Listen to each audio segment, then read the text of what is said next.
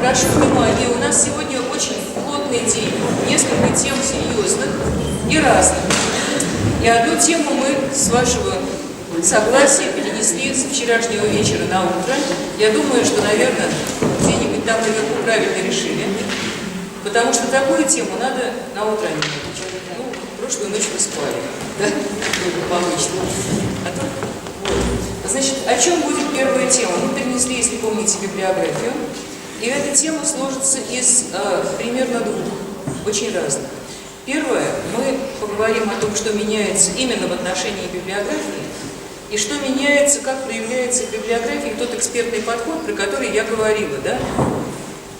А дальше мы поговорим о том, о чем на самом деле, по-честному скажу, я выступать не хотела, про краеведческие библиографические пособия. Ну, подумала и решила, что ну, на самом деле так. Итак, значит, первая часть, да, и вторая часть, честно говоря, очень невеселая. Немножко не такой, как вы, на что вы рассчитываете, что ли, или на что хотелось бы рассчитывать. Итак, что меняется? Хорошо.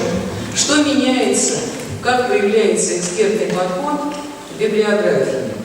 Значит, мы с вами говорили о том, что материалов сейчас у нас не то что в разы больше, а примерно на 2 порядка больше, чем мы привыкли. Пока мы делали текущие или перспективные показатели, какие-то вели наши базы данных только на том, что есть у нас вот под рукой, на том потоке, который бежит вот через наши столы, да, через наши фонды, еще можно было говорить о классическом для краеведческой библиографии критерии, принципе исчерпывающей полноты. Сейчас я говорю для всех, и для коллег из национальной библиотеки, и для вас, для всех. Потому что у нас всегда были задачи, которые решались именно так. Почему?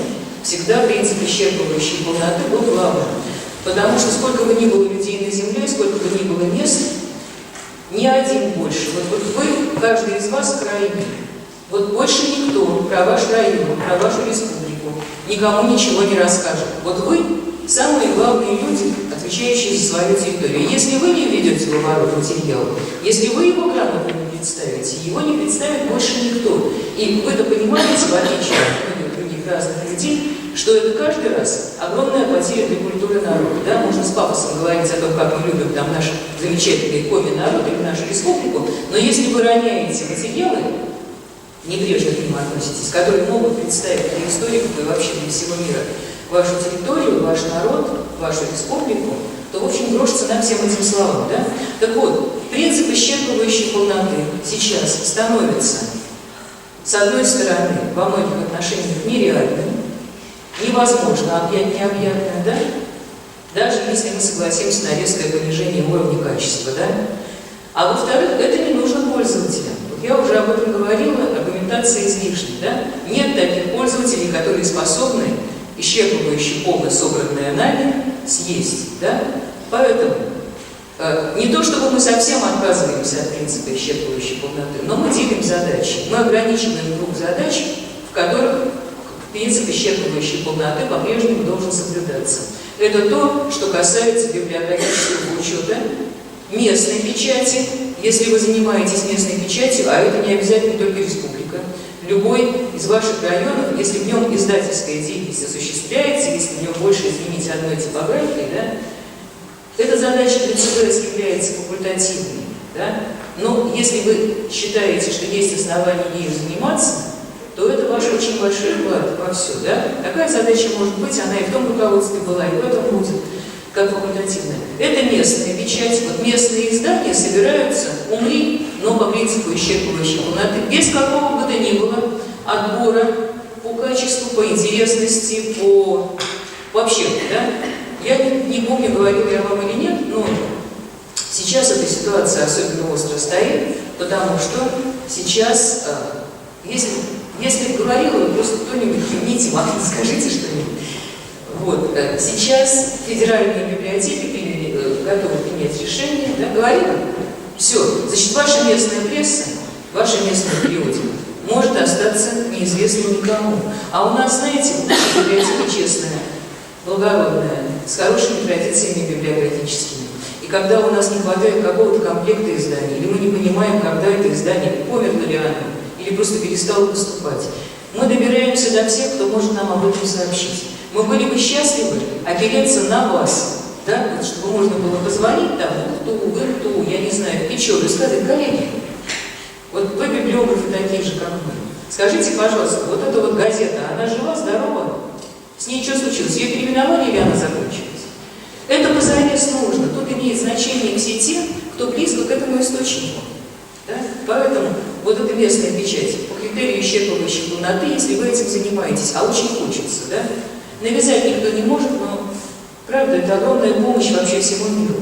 Вот в этом отношении. И второе, краеведческие издания.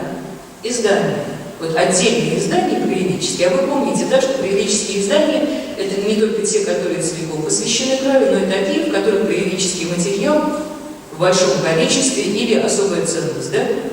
Вот эти краеведческие издания, тут бывает не очень легко определить, какое издание краеведческое, когда это так называемые частично краеведческие, да? Но тут лучше перебдеть, да? Лучше перестараться, лучше включить такое издание, если вы сомневаетесь, чем не включить. И тот же самый критерий исчерпывающей полноты, принцип исчерпывающей полноты, потому что местные издания, кстати говоря, что краеведческие, база для всего остального.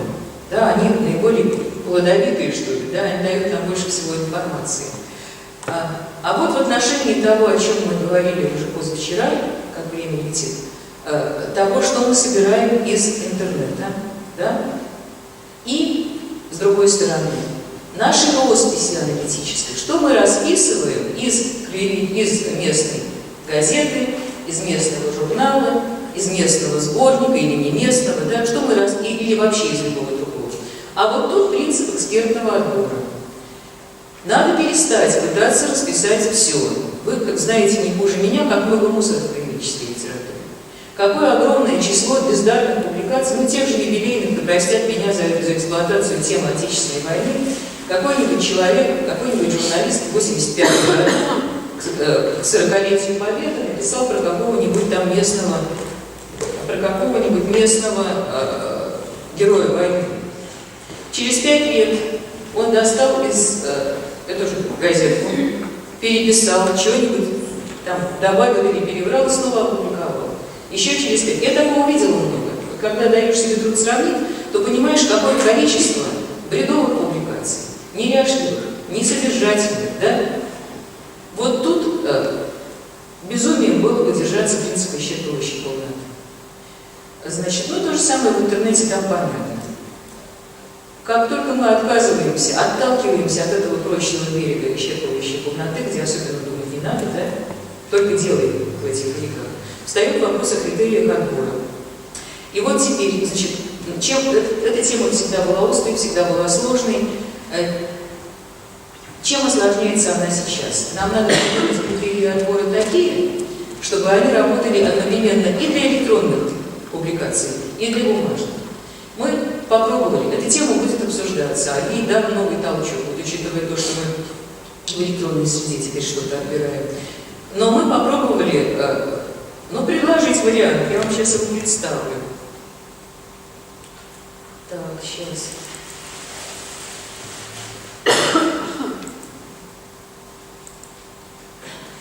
Вот у нас такая тема есть, мы ее поставили еще на секции, вообще в нашем краеведческом сообществе. Поставили ее еще в 2011 году, на каждый семинар мы предлагаем ее в программу семинара, и только сейчас мы начали понимать, что не было доклада.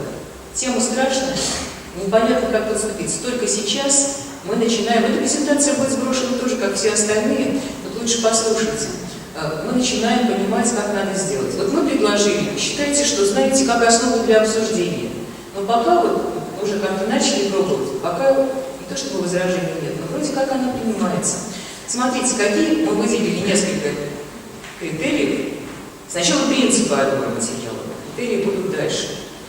Значит, принцип отбора главный. Первый – это качество, информационная ценность самой публикации. О чем речь? Десятилетиями нас учили старшие товарищи или в институте, и мы друг друга, о том, что критерием отбора является важность события, которому посвящен материал, или важность персоны. С чем это было связано? Это было связано с тем, что наша библиографическая работа, как и вся работа краеведчества, делилась по уровням. Областная библиотека или национальная библиотека делает только самое важное, ее не интересует доярка Дуня Форточкина в селе там каком-нибудь, да? Это не ее масштаб, она делает крупные события, крупные явления крупнейших людей, да? А районная библиотека делает что-нибудь значимое в масштабе района. И тоже не берет эту несчастную доярку, потому что от чего ее она там в селе, пускай ее все знают, это их дело. А сельская библиотека, вот она может там уже заняться этим, да? Это было связано с тем, что не было возможности обмена между уровнями, да?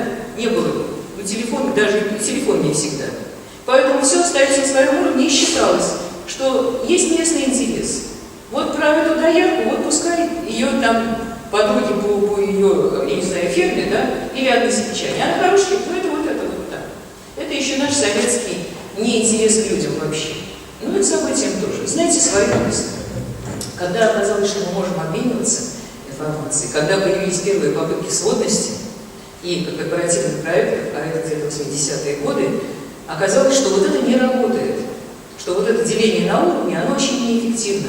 Никогда не соберешь настоящую историю района, если ты не собрал материал вот ниже, да? И не будет настоящей истории или картины по республике, если ты смотришь поверх голов районных библиотек. Никогда. Поэтому задумались о том, что все-таки нужен другой критерий. И вот теперь смотрите, другой совсем принцип. Информационное качество публикации, информационная насыщенность. Мы не всегда можем судить о значимости человека, о значимости явления, потому что мы его современники, да? Ну, я не знаю, какая публикация там была бы, я не знаю, про какого-нибудь человека, который участвовал в сборе металлолома, там, я не знаю, и был самым лучшим, или наоборот, там, что-нибудь еще, да? Ну, что мы будем брать этот материал? А этот человек там через 30 лет стал президентом Российской Федерации, да? Или наоборот, ну что-то, да, мы считали, что это во всяком случае человек не судья, никакой человек не судья значимости, ценности самих событий, да. Когда мы говорим про эксперта, про то, что вы эксперты, мы говорим о том, что вы умеете оценить качество, документальное, информационное качество публикации, абстрагируясь от того, значимо, насколько важна эта самая Дуня Форточкина, да. Но вы можете сказать, а материал-то каков про нее? А там факты есть? А там источники есть, а там написано вот как, да? А вот это мы можем, нас этому учат, и мы можем научить этому друг друга, да, и подрастающее библиографическое поколение. Вот это наша профессиональная задача. И если мы ориентируемся вот на эти критерии отбора, да, на этот принцип, то мы можем, во-первых, работать как эксперты. Конечно, знание жизни местной нам помогает, да? Но вот такой поворот, он позволяет обучать, он позволяет совершенствоваться, он абсолютно профессиональный. Поэтому вот это другой совсем принцип. И это тогда позволяет объединять наши ресурсы. Потому что тогда можно работать в корпоративной библиографической базе, потому что подходы у нас одни и те же, да? Одни и те же. Мы не оцениваем значимость, а значимость, когда мы оцениваем, мы все равно смотрим со своего уровня, да? Значимость районная, значимость какая-то еще, это нельзя совместить. А вот такой подход нужен. Второй принцип. Единый подход к отбору печатных и электронных публикаций. Абсолютно один и тот же. Вот нас в этой интеграции вынуждает жизнь. Так вот, подход один и тот же. Третий. Единый подход к отбору публикаций в библиотеках разного уровня. Вот он обеспечивает как раз возможности объединения ваших усилий. Один и тот же подход. Пользователю вообще не должно быть видно, где создана запись. Иначе куда наши дела? Иначе не будет корпорации. Второе, это очень короткая презентация, на самом деле, очень короткий разговор. Критерии отбора публикаций. Вот что мы предлагаем. 6 критериев. 6 критериев. Компетентность или хотя бы наличие автора. О чем речь? Вот это кивок скорее в сторону электронных ресурсов. В печатных с этой проблемой мы сталкиваемся меньше. Никем не подписанные, никак не авторизованные публикации, которые болтаются и которые не то чтобы обязательно будут, да? Но нет никого, кто за это отвечает. Мы же ведь, когда мы говорим о том, что мы навигаторы, мы в этом топком болоте интернета ищем места, на которые можно наступить безопасно, да? Вот мы ищем, что тут надежного? Вот наша экспертиза, что тут надежного, что тут добротного? Где ты не провалишься, где ты не уйдешь в какую-нибудь трясину болтовни или некомпетентности? Значит, как минимум, материал должен быть подписан. Как минимум подписан. Дальше хорошо, если мы знаем, что вот статус человека видим, да? Вот что это за... Если он подписан так, что мы можем еще судить о том, что он, кто он, да? Дальше. Фактографическая насыщенность. Именно фактографическая. Документ может быть не очень большим по объему, но он может сконцентрировать в себе даты, факты, статистику, я не знаю, фактуру, да? Вот именно факты. Краеведение все живет в фотографии. Вот это его хлеб, его кровь, я не знаю, да? Красные кривые тельца, это факты. Значит, независимо от объема, фактографическая насыщенность. Третий. Объем информации. Материал может не быть фактографически насыщенным, но он большой. Там есть рассуждения, там есть какие-то, что-то еще. Он просто большой. Вот в нем много материала по этой теме. Дальше. Фундированность. Слово, которое в энциклопедии в этом значении вы не найдете, оно немножко шире. Фундированность – это, обоснованность, да? Основательность. Это когда то, о чем человек пишет, на что-то опирается. Это слово вообще из научной литературы пришло, да? Фундированность. В нашем случае это как минимум, чтобы было понятно, наличие источников, наличие ссылок на источники сведений. Мы отличаем публикации, которые просто так, разговоры, от тех, которые на что-то ссылаются. Даже, может быть, не очень важно, конечно, хорошо еще смотреть на качество ссылок, да?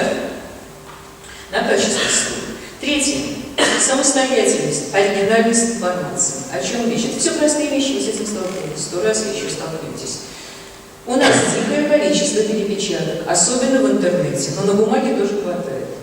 Значит, если у нас зарегистрирована нормальная публикация, которую в свое время мы посмотрели как оригинальную, да, наши головы не содержат сведения о том, что у нее были предшественники. Ту следующую, которая является ее копией, ее перепечаткой с какими-то конечными добавлениями или потерями. Мы просто не берем, мы ее не видим. Достаточно первой, то есть из многих перепечаток или многих, я не знаю там чего, графоманских штук такого рода, плагиата, мы выбираем только первую, а остальные мы игнорируем. Дальше. Уникальность документа. Наличие сведений, которые нигде больше не встречаются. Нам не так важно о ком, да? Нам важно, что этот документ содержит какие-то сведения, которые больше, может быть, там один факт, но его больше нигде не было. Вы его не видели, вы его не находили. Конечно, известный какой-то элемент субъективности тут будет, да? Но, в общем, на самом деле, он вообще, если есть голова, субъективность, да? Вот у любого живого человека есть субъективность. Только ваша субъективность, в отличие от субъективности какого-нибудь необразованного человека, вообще просто не библиографа, она у вас профессиональная, настоящая, да? Она основана на вашем знании. Ваша субъективность ценнее чужой там, объективности многой. А теперь очень хорошая вещь, которую к этому надо добавить. Мы придумали так, что для того, чтобы какой-то документ мог быть взят по этим критериям, достаточно сочетания двух любых из этих признаков. Посмотрите, может быть, работа не подписана, но она что? Фотографически насыщенная и оригинальная. Берем. Может быть, она не является фотографически насыщенной, но она, во-первых, авторская, во-вторых, фундированная и так далее. То есть вот такая простая. Попробуйте на своей работе вот это. Попробуйте. Нам очень интересно знать, как это получится, как это сработает. И я думаю, что будет очень здорово, если вы на опыте своей работы попробуете что-то предложить, да? Как-то скорректировать. Это общая наша профессиональная задача. Тут нет ни начальников, ни методистов. Все головы нужны. Критерий отбора источников публикаций. Единственный. Реальная продуктивность, то есть число содержащихся в источнике публикаций, отвечающих вышеназванным критериям. О чем речь? Речь о том, что вы не обязаны расписывать местную газету каждый номер. или местный журнал, или местный сборник, или что-то еще, умри, но распиши. Если в этом номере газеты не оказалось ничего, что соответствует этим критериям, значит, он пошел в небытие. Как местное издание он есть, но для ваших пользователей он ничего хорошего не сообщил. И вообще, расписывать ли, например, в интернете чей-нибудь там материалы какой-нибудь группы, или чей-нибудь блог, или что-то еще, да, какую-то страничку, вы решаете вот по этому критерию. Если вам вот эта штуковина ничего не дала в течение, там, я не знаю, полугода, вы перестаете на нее заходить. Или заходите иногда и проверите, не исправились ли они. Да? Вы не обязаны расписывать все источники. Вот это вот экспертный подход. Как я обещала, эта тема короткая. Теперь о другом. Значит, разговор про то, что мы делаем с библиографией, когда речь не о росписи. Что мы делаем с краеведческими ресурсами и продуктами. Понятно, да, что этот разговор был на самом деле про ваши электронные краеведческие каталоги, да? А теперь вот она отстроена. Вот это базис, это святое, такая ценная штука, непотопляемость нашего крейсера. А вот теперь, что мы выбираем, что мы делаем? Значит, сейчас задают очень часто вопросы, обсуждаемые на семинарах. Что происходит с библиографией, именно с библиографией в цифровой среде? С ней происходит, понятно, да, где угрозы или где проблема, кроме того, что времени мало на библиографии остается. Появились полные тексты доступные. Что в этом случае происходит с библиографией? А она, коллеги, становится меньше видна, но она никуда не делась. Когда есть рядом полные тексты, есть как минимум 3 задачи, которые решают только библиографии, без которых полные тексты будут таким, не знаю, мешком неизвестно чего.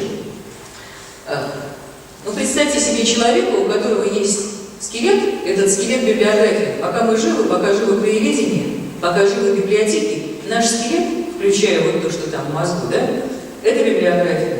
Если мы добавили на него там мясо, да, на растение, документов полных текстов, теперь представьте себе, что будет, если мы этот скелет вынем. Вот это мешок непонятно чего, да? А скелет сам по себе, да, он может жить. Там мясо как-нибудь уж дотянется. Так вот, 3 задачи, которые решает в электронной среде или в среде, где возможны полные тексты, библиография. Первое. Она собирает и организует сами эти полнотекстовые материалы. Это очевидно, да? Вот электронная библиотека – это библиографическая задача. Выделить материал, да? Организовать его, выстроить – это библиографическая задача. Войти в этот материал, как бы мы ни группировали, люди все равно входят через записи, через библиографические. По-другому с текстами никак. Дальше. Вот это такой последний. Дальше. Когда вы публикуете полные тексты, мы сейчас об этом еще будем говорить, надо, чтобы любой человек, и вы сами, мог предъявить или увидеть источник сведений, без которого наши публикации даже никому не нужны. К этому я еще вернусь буквально через 2 минуты. Источник. Мы библиографы. Вот в краеведении мы библиографы, на 100% библиографы, как бы нас ни грузили массовыми мероприятиями. Мы работаем, и это обоих руководств есть, через источники. Мы не сами от себя рассказываем истории, мы работаем через источники. И мы обязаны их предъявлять. Вот наши чистые руки. Вот мы отсюда это взяли, мы отвечаем головой за их выбор. Поэтому источники, подвешенные к любому полному тексту. Вот наши руки, вот мы показываем. Третье. Когда нам надо все-таки часть информации свернуть. Ну, например, рекомендация, что читать дальше, никуда не ушла.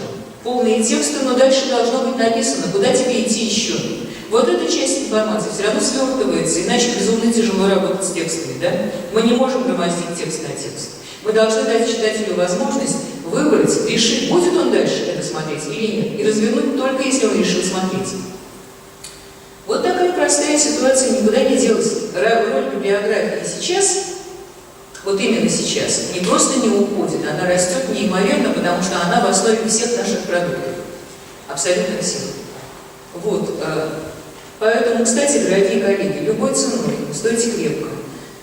Всем вашим директорам, вашим заведующим, вашему начальству говорите, что главное в вашей работе – библиография. Если только под корень подводят ее, не будет никакой остальной клинической работы. Ну, мы всегда об этом говорим. Теперь о том, какие продукты делаются. Значит, в новой ситуации, а вообще и в старой тоже, особенно сейчас, для того, чтобы делать какие-то продукты, кроме электронного клинического каталога библиографический, нужно обоснование. Это раньше было. Ты испек там 10 указателей, ты молодец. 20, ну вообще не так. 30, ну просто вот, да? Вот нет, совсем нет. Принципы экономии сил должны, да?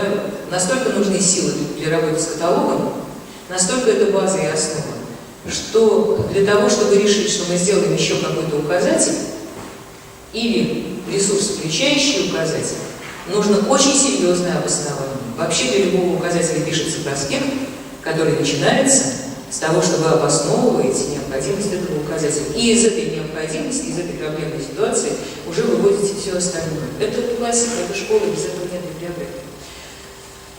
Значит, смотрите, что может быть в этой ситуации основанием для того, чтобы сделать указатель.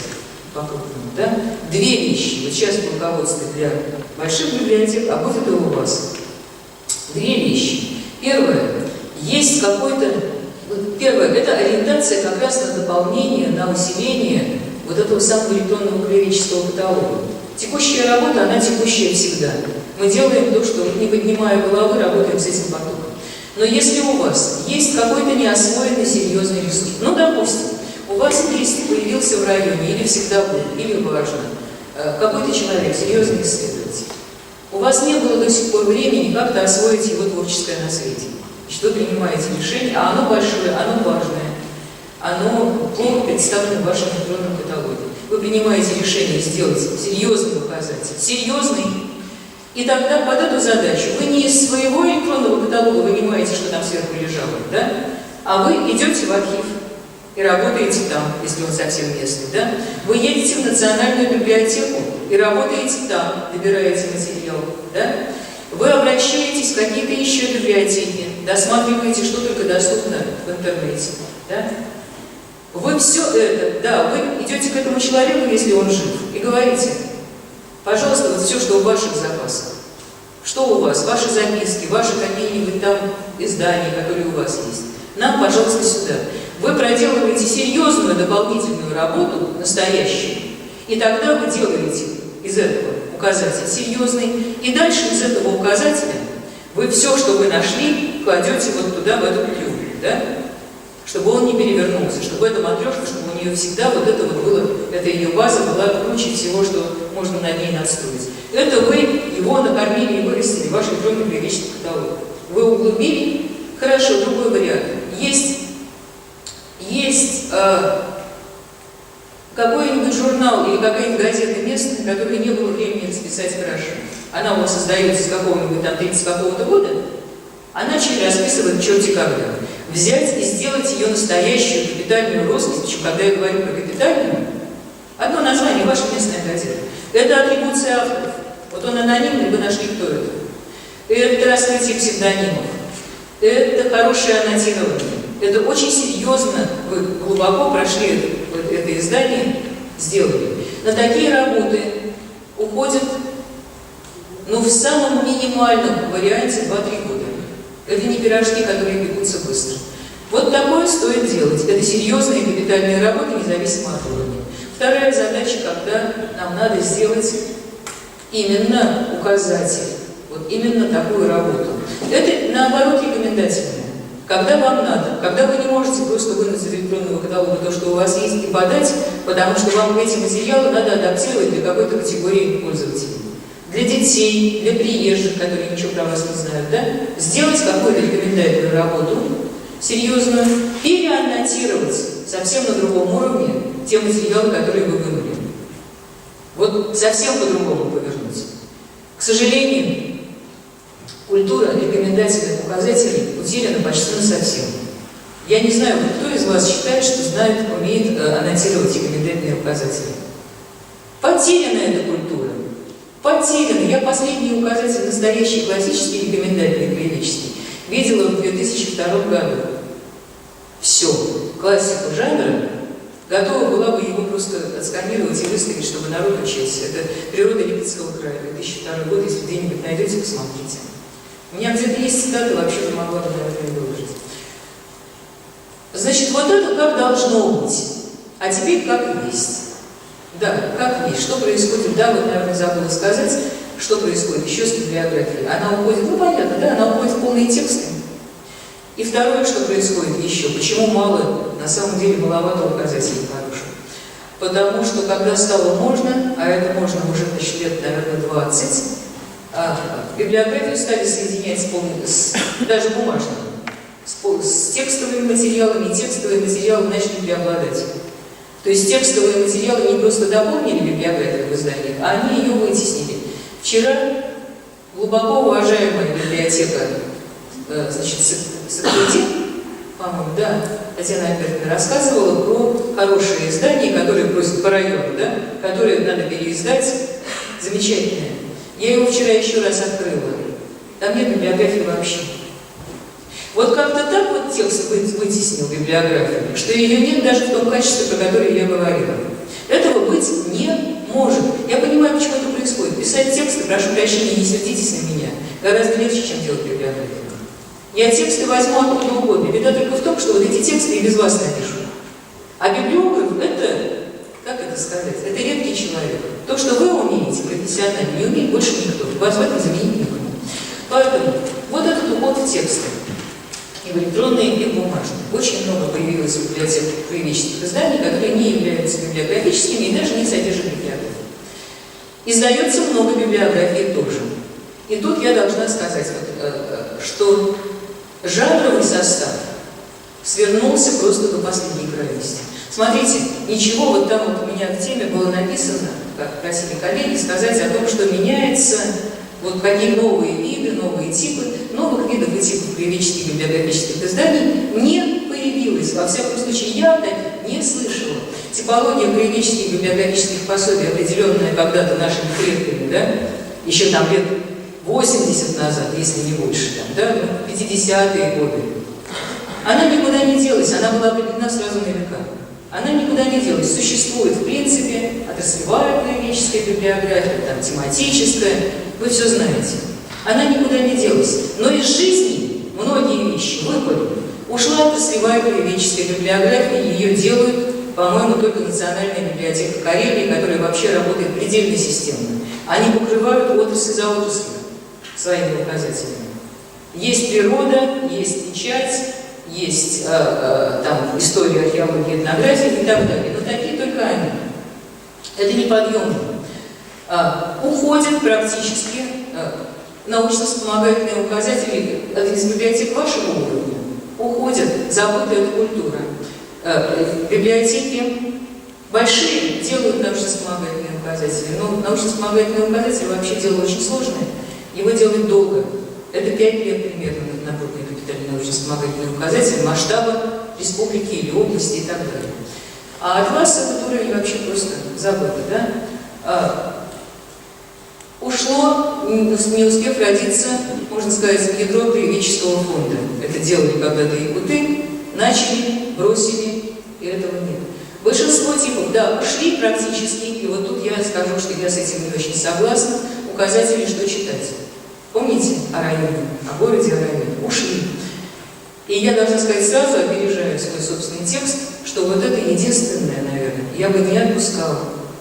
Очень многое ушло правомерно, очень многое ушло, потому что, к великому сожалению, сейчас об этом специально буду говорить, на глазах происходит библиографическая деградация специалистов. Вот мне очень не хотелось этого говорить, но я, знаете, имею право, я видела очень много того, что сейчас делается. Профессиональная деградация библиографов чудовищными темпами. Сейчас уходят те указатели, которые делать сложно.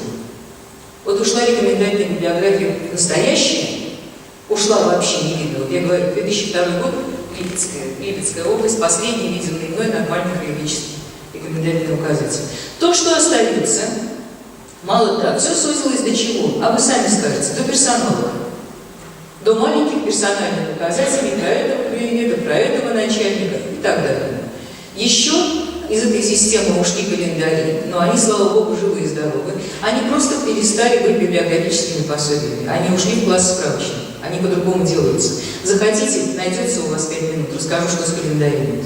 А пока про другое. Значит, то, что делают библиотеки, в огромной массе, 90%, наверное, видела ваших, не ваших, новосибирских, челябинских, я не знаю, каких угодно, ростовских. Одно и то же. То, что делают вот этот тип. Мало того, что он съежился в качестве персональных, он потерял все признаки нормальные. Его не назовешь комментарием, я сказала. Почему? Его не назовешь научно-вспомогательным, потому что там нет серьезного отбора. Типичный указатель такой. На материале только того, что есть у нас под рукой, из нашего каталога, без аннотации, или с такими, что лучше не надо, без отбора, то, что у нас было, то и сделали. Ну, а дальше такое качество, что, знаете, вот я говорю, прошу прощения за этот разговор, смягчать не буду, потому что душа болит. Я думаю, что болит у вас, у тех, кто помнит, как надо. Я сейчас просто покажу вам одну вещь.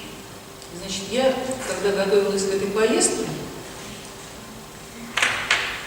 но я знала картинку, в общем, на самом деле. Я решила, что на самом деле, а может быть, тут все хорошо. Надо сказать, что вообще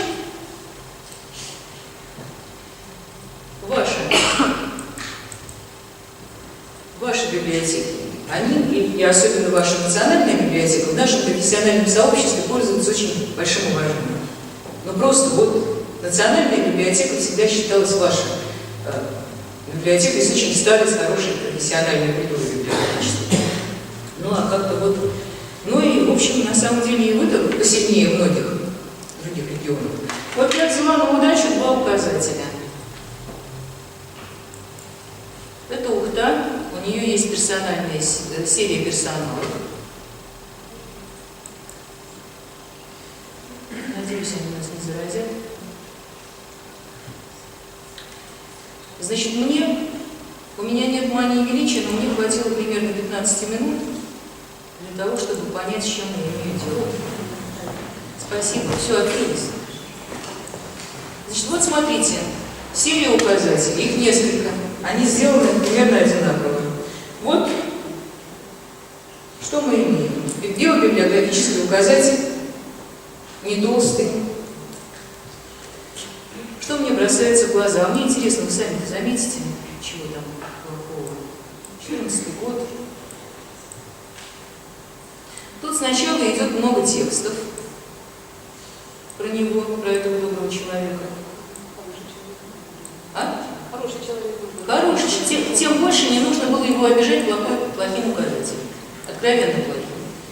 Молодцы, сделали, взяли автобиографию. Вот с этим научились справляться. Библиографические задачи решать труднее. Сейчас дойду до библиографии. А он ученый, да, насколько я понимаю? Ученый или крейдер? Дата жизни. Ну, можно было получше, но бог с ним. Награды. Без браво. Не так описывается награды. Теперь библиография. Хочется рассказать. Библиография занимает меньше половины.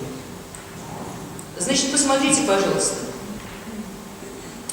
Что тут неправильно сходу? Рассказываю. Вот в указателе, посвященном специально вот этому доброму человеку, все описания абсолютно начинаются с его фамилии. С заголовка, с авторского заголовка. Секунду подумайте. Вот секунду, когда ты планируешь указатель. Это надо? Нет. А знаете, почему не подумали? Потому что если я сейчас спрошу составителя, дотянусь, что это за элемент? Вот что это за элемент? Борозинец ЛГ. Что это за элемент библиографической записи? Заголовок библиографической записи. Какой это элемент? Обязательный или факультативный? Факультативный. Когда библиограф привыкает думать, что описание должно начинаться с автора, да? Как это? Это автор, да? Все. Значит, он подходит к этому делу исключительно формально. Авторский заголовок здесь не нужен совсем, да? Ни разу не нужен. Значит, дальше. Качество описания. Очень много описаний. Ну вот смотрите, Борозинец ОГ, планы семинарских занятий по истории КПСС, да, УКТА 78. Описание недоделано. Вы что думаете, что звездочка вас оправдывает в этом случае? Звездочка означает только одно. Ваша библиотека не располагает этим изданием. Вы его не видели живьем. Это не избавляет библиографа от необходимости по источникам дописать. Правильное описание должно быть полным. Вот эта задача не решена. Дальше мы тут увидим с вами еще довольно много просто неграмотных описаний. Просто неграмотных. Знаки.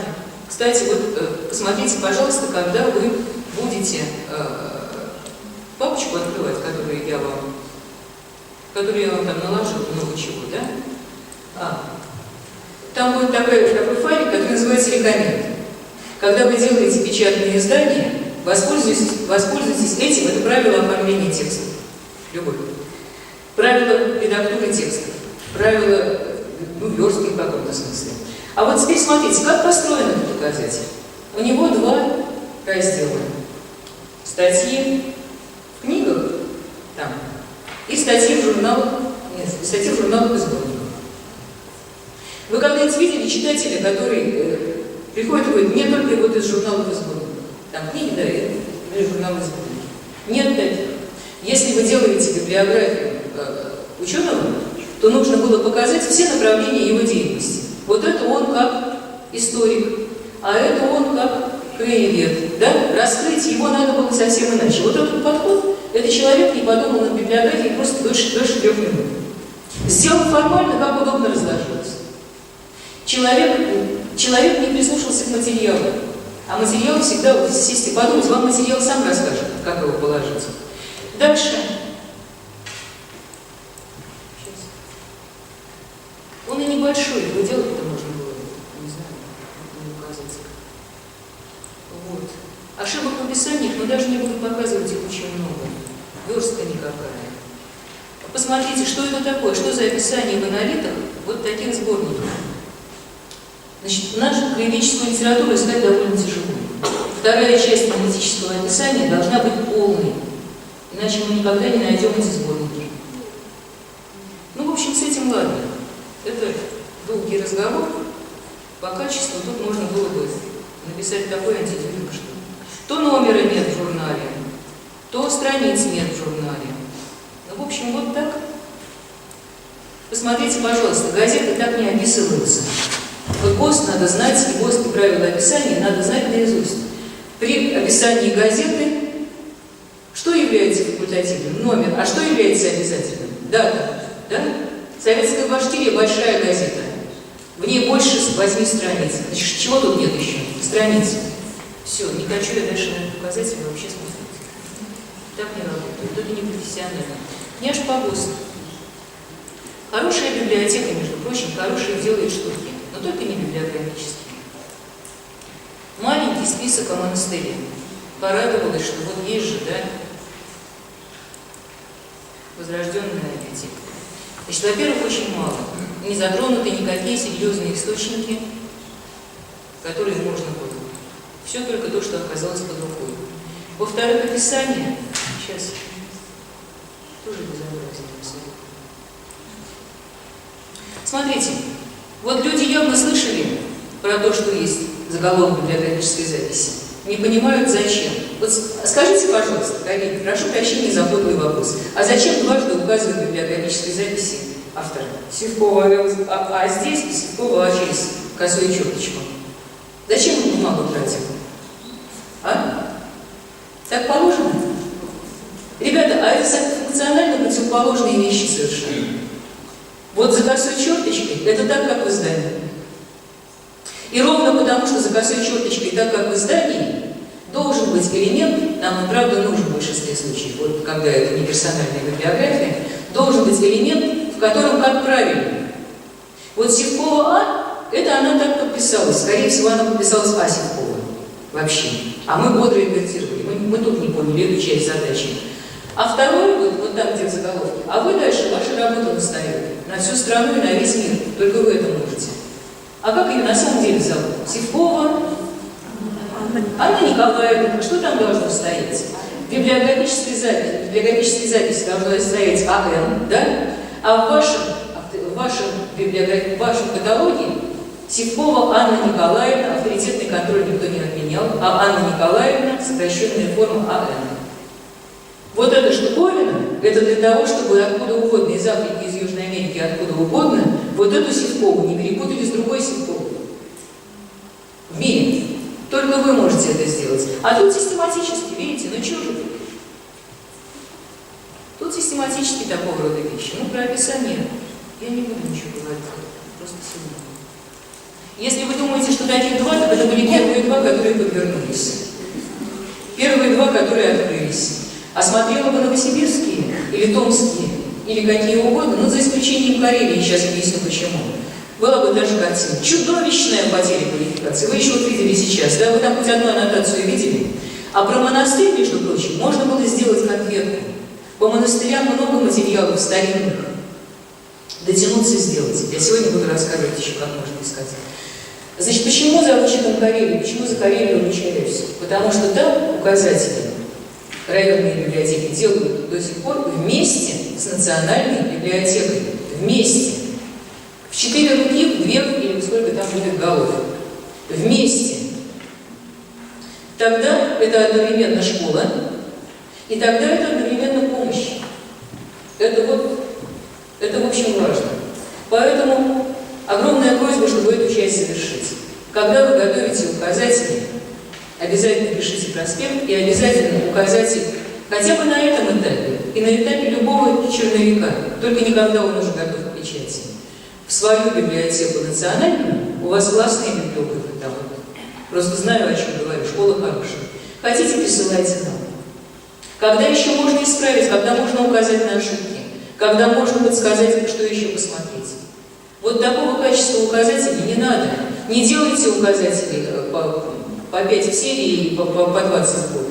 Мало того, что читатели у вас квалифицированные разочаруются, к вам перестанут ходить ваши коллеги-библиографы. Вы позарез нужны, вы себе не представляете, как вы нужны библиографам из других регионов и из федеральных библиотек. Как хочется вообще задать вопрос, проконсультироваться у вас. Вот я зайду, вот я в Ухту больше не пойду никогда, я не читателя нашего не направлю, ни сама не пойду, я понимаю, что это, прошу прощения, халтура библиографическая, не трогая других аспектов. А в Карелию пойду, охотный читателю разрешу пойти. Вот это то, что я хотела сказать про указатели. Не фантазируйте, не надо много. Пеките другие пирожки. Делайте тексты с рекомендательными списками в конце. Делайте календари. Захотите, успеем, поговорим. Вот этого не надо. Это понятно, что. Один указатель хороший, года на 3, капитальный. Сделайте, получите массу удовольствия, это вкусно. Но не больше. Делайте другие издания. Их вот просто вот. Библиография – дело серьезное. По этой теме я сказала все, что хотела.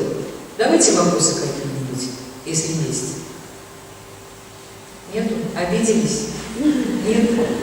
Но на самом деле, знаете, вы по-другому будете себя чувствовать, когда хорошую, сильную библиографическую работу сделаете, когда все, что вы умеете на самом деле, вы сделаете, все по-другому будет.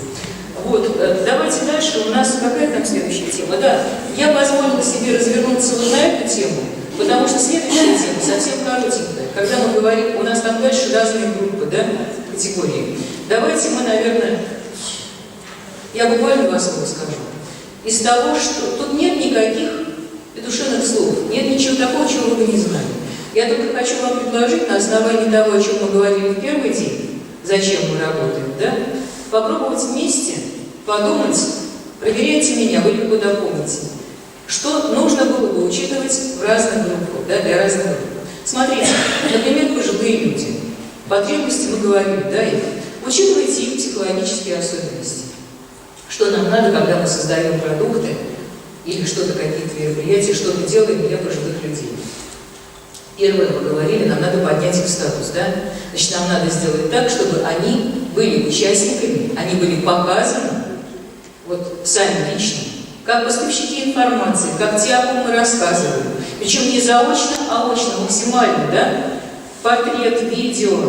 Не сказать, что Пятигорская вот такая хорошая, там, да, герой, там, я не знаю, тыла, а все про нее, максимально ее подвинуть, дать ей слово, записать ее автобиографию и так далее. Что еще?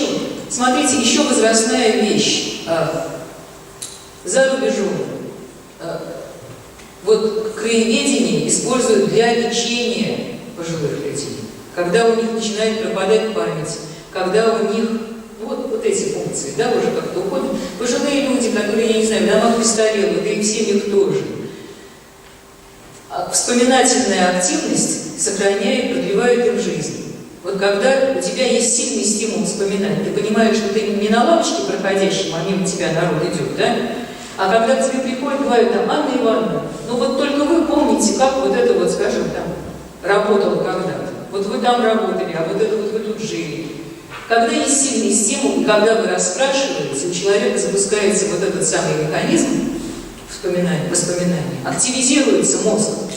Краеведением лечат пожилых людей, возвращают им, не просто самоутверждают, да, а вот саму вот эту возможность. Дальше, посмотрите, пожилым людям надо помогать в смысле лечения еще одним, ну, с этим понятно, еще одним, моторикой. Вот надо задействовать их руки, чтобы сохранить мозг. Я не знаю, я больше всего на свете боюсь как-то потерять разум, да? Вот. Чтобы сохранить мозг, нужно, чтобы включались руки, мелкая моторика. Пожилые люди не очень хотят делать что-то, и не всегда могут делать по дому. Сейчас объясню, что можно делать. В Калининграде и, по-моему, где-то во Владивостоке, не помню, у нас два было доклада на Калининградском вот этом конгрессе, на нашем заседании. Клубы вот эти краеведческие, они что-нибудь обязательно делают, какие-то местные там промыслы. Вот они сидят, учатся, пробуют делать что-нибудь из народных промыслов вот этих местных, да? Они что-нибудь делают руками краеведческое. Лепят фигурки, там что-нибудь там, задействованы руки. Это важно. Дальше, смотрите, у пожилых людей мы должны преодолеть одиночество, они сидят по домам. Значит, надо делать какие-то мероприятия, когда они не просто собираются вместе, а они могут друг другу показаться. Не просто вывести их на экскурсию, да? А что-то обеспечить им решение совместной задачи. Я говорила пенсионерам онлайн, да? Пожалуйста, хорошая возможность. Дальше, они маломобильные, значит, что надо делать? Куда-нибудь их водить или возить. Пенсионеры все разные, каким-то нужно сделать экскурсию на автобусах, да? А каким-то надо дать возможность самим стать экскурсоводами. Народный экскурсовод – это калининградский проект, собирается группа вот таких вот народных, ну, еще бодрых пенсионеров, библиотека им помогает научиться проводить экскурсии, помогает материалы, и они сами водят экскурсии, кстати говоря, зарабатывают на этом. Водят экскурсии такие классные, что я потрясена совершенно. Вот это вот то, что можно сказать для пенсионеров. А вы легко дополните, правда? Еще какие-то вещи. Просто мы исходим, мы даем себе труд на 5 минут подумать, что нужно этим людям, краеведению, если мы понимаем, зачем мы работаем. Дети. Ну там тоже понятно, там нужна активность, да, мы про это говорили, нужно ребенку показать. Причем, смотрите, какую ошибку мы делаем практически все. Ребенку надо дать возможность показаться, и его надо отметить, да? Как его отметить? Типичная картина. Мы ему вручаем грамоту. Мы ему вручаем грамоту, или еще, если это делается вместе со школой, ему за эту работу ставят 5. Как бы точнее выразиться? Награждать надо тем, что имеет вес в глазах самого ребенка. Ему эту грамоту, ну вот донести и положить. Ну, мама с бабушкой порадуются. Он же ее себе никуда, он не будет с ней ходить. В глазах одноклассников грамота ничто. Что нужно сделать? А вот поищите возможность. Подумайте просто, это очень просто. Подумайте, как наградить ребенка, как его отметить, чтобы в глазах его сообщества он, да, проявился. Значок, футболка. Значок, вот, классно, значок, футболка. Какой-нибудь, я не знаю, придумайте какой-то клуб, да, вот такой элитный, я не знаю, там, ну не знатоки, придумайте хорошее слово, да. Я не знаю, вот в Архангельске есть такой проект «Умный Архангельск». Это вот для таких ребят «Умный Архангельск». Вот, пожалуйста, вам, да, ребята, которые относятся к этому клубу, который сделан чуть-чуть элитным, да, вот, это же как искусственный, да, они хотят в нем быть. значок, футболка, кепочка, да, вот это как это, ну понятно. Должны быть какие-то отличительные знаки, это должно быть престижно. Вот это можно придумать, вы без меня придумаете в 100 раз лучше. Дальше, что детям нужно? Дети, я говорила, они сильнее, чем взрослые, привязаны к своему сообществу, им хочется в своем, вместе со своими, да? Значит, ровно для них волонтерские работы, экспедиции. Вот тут очень важно, детей невозможно обмануть. Если вы отправили их в экспедицию, там, я не знаю, чистить колодцы, описывать местность, и если после этого все закончилось тем, что у вас на сайте фотографии, как вы классно сходили, групповые, да? Вот мы у костра, а вот мы у памятника, а вот мы... Все, они не дураки. Они понимают, что им только рассказали, что их помощь нужна. И если их продукт после этого не встал у вас в библиотеку, в справочный библиографический фонд, и не выставлен на сайте, это значит, их обманули. То, что если вы детей отправляете в экспедицию, или в поход, или даете какое-то задание, умрите, но обязательно то, что они сделали, нужно довести до товарного вида вместе с ними, не вместе, вместе с ними, при любом соотношении к участию. И дальше выставить всем на сайте их продукт, в издании их продукт и так далее. Ну, вариантов использования детей очень много. И, да, вот еще одна вещь. Мы с детьми делаем опять одно и то же. Я смотрела, в 15-м, по-моему, году я выступала на таком слете, что ли, детской библиотеки. Мы никогда детскими не занимались до этого. И я посмотрела, готовясь к этому, сайты всех детских библиотек Российской Федерации, какие только можно было открыть и посмотреть. Я бы на месте детей вообще бы не библиотек со своеведением. Все они, детская библиотека, все они рассчитаны только на взрослых. Когда вы открываете сайт областной детской библиотеки или какой-нибудь еще, там про детей в третьем лице всегда. Текст написан взрослыми и для взрослых. Абсолютное отсутствие интереса к тому, что детям реально интересно. Писатели там чего-нибудь, я не знаю, Оренбуржье, детям. Взрослый текст, черствый, сухой. Кто сказал, что эти писатели интересны детям? И кто-нибудь спросил детей вообще, что им интересно? А может, им интересна местная футбольная команда? Или что-то еще? Значит, в идеале на детей, я, по-моему, говорила, на детей должен быть ориентирован вход, отдельный вход в сайт, либо раздел. Я про это упоминала. И там тогда нужно разговаривать с детьми, мало того, что на их нормальном языке, не сюсюкая. Они этого тоже делать не могут. Второе. Надо дать им волю, надо дать им возможность сделать что-то самим. Смотрите, в Вологде, вот сейчас боюсь, что это пропало, не видела уже последний раз, когда была, а года 3 назад было. Городская библиотека создала клуб юных журналистов, которые, опять вот как в Камертау, ходили на радио, ходили на телевидение, к журналистам, чтобы они писали о городе. Представьте себе юных журналистов, которые пишут о городе не себе в стол, а имеют возможность на вашем сайте выкладывать свои публикации. Совсем другой коленкор. И обратите внимание, это не надо смешивать с публикациями взрослых, потому что дети видят город иначе. Если детям дана свобода, не просто поручение, напишите о том, дана свобода писать о том, что интересно, что они видят, они сами выберут тему, и вы, кстати, будете держать руку на пульсе, вы поймете, что им интересно. Вот такие журналисты, да? Они могут и репортажи, кстати, а что видеорепортажи? А фоторепортажи. И дать им свободу придумывать, находить этот материал. Обсуждать, да, клуб сделать, да. Но дать им волю смотреть своими глазами. Вот помните, я говорила неправильно решенную одной библиотекой задачу, когда от 12 до 25 надо было, да, народ привлечь. Что надо было сделать? А надо было дать детям возможность вот, найти несколько умных детей, и чтобы они сами написали про эти памятники архитектуры. Ладно, скажу, это был Великий Новгород. Чтобы они сами своими глазами для своих. Понимаете, в сообществах информация расходится совсем иначе внутри. Дети будут слушать детей, а не вас, взрослых. Что можно сделать? Прекрасный проект есть в Первоуральске, был уже несколько лет назад, от этого ничего не изменилось. Дети работали как летописцы. Там собиралась информация о городе, всякий это диск Первоуральский, не помню, сейчас вспомню, как называется, да? Диск, в котором участвовали взрослые дети. И дети, так же как взрослые, наученные дети, записывали воспоминания, записывали устную историю. Спокойно могут наученные, им это очень интересно. экспедиционная работа, экологическая работа, экологический контроль. Новости из своих школ выкладывают на сайте в новостной строке. Очень много вариантов, которые, может быть, дети-волонтеры, старшие школьники, рассказывающие, идущие в детские дома или там в какие-нибудь детские сады, как ваши представители, рассказывающие краеведение по-своему, да? Готовящие материалы. Ну, в общем, вот так. С инвалидами. Одна крутая ошибка, которую делают все. Инвалидов кормят информацией, инвалидов обхаживают, не дают им слова сказать. Попробуйте. Они раскрываются в краеведческой работе невероятно как. Только дайте им возможность проявить себя как здоровые люди. Опорники, понятно, что, да?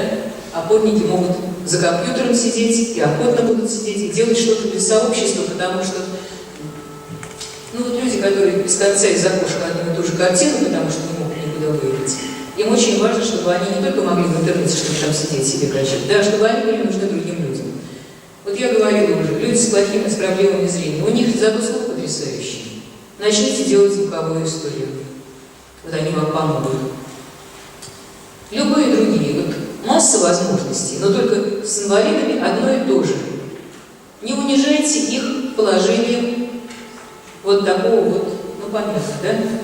По любой другой категории, почему не хочу дальше эту тему я развивать сама, потому что по любой другой категории стоит только подумать, стоит только поговорить с людьми этой категории, вы поймете, что надо делать. А у нас сейчас все это нивелировано. Нет мероприятий, нет ничего, что делалось бы для какой-то конкретной категории. Давайте я на этом замолчу. У нас же доклады сейчас.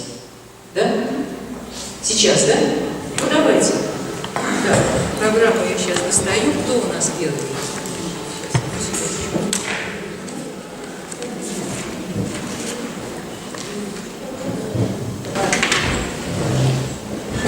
Людмила Зарниевна Тюрина, Республиканская краеведческая лаборатория по кроме языку и литературе. Ну вот, пожалуйста.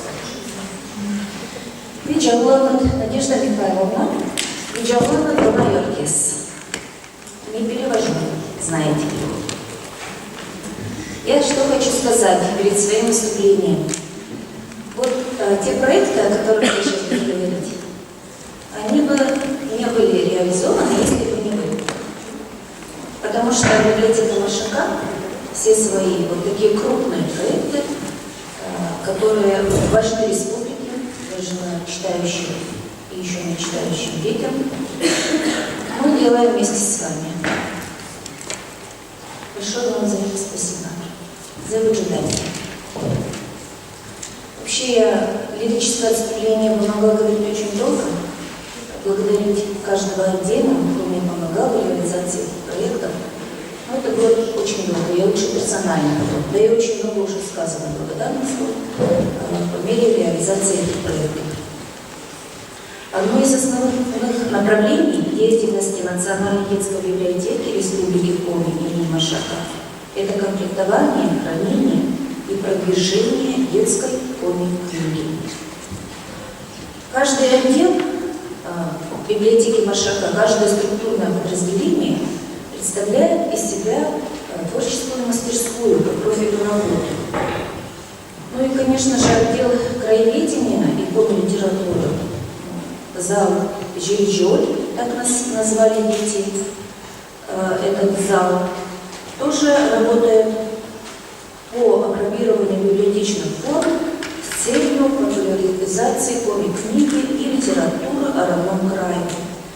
В зале Жильжоль создано 20 оригинальных настольных игр.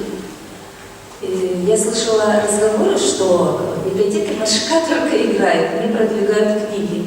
И я хочу просто оспорить вот это мнение, потому что эти игры, пока мы играем в них с детьми, в основу этих книг положено очень много, сотни произведений комиксов. Потому что у нас в республике около 200 писателей пишут произведения для детей на коми и на русском. Просто многих из них не знаю, большинство не знают. Поэтому мы поставили себе задачу рассказать о творчестве этих писателей детям через игры, этих неизвестных писателей.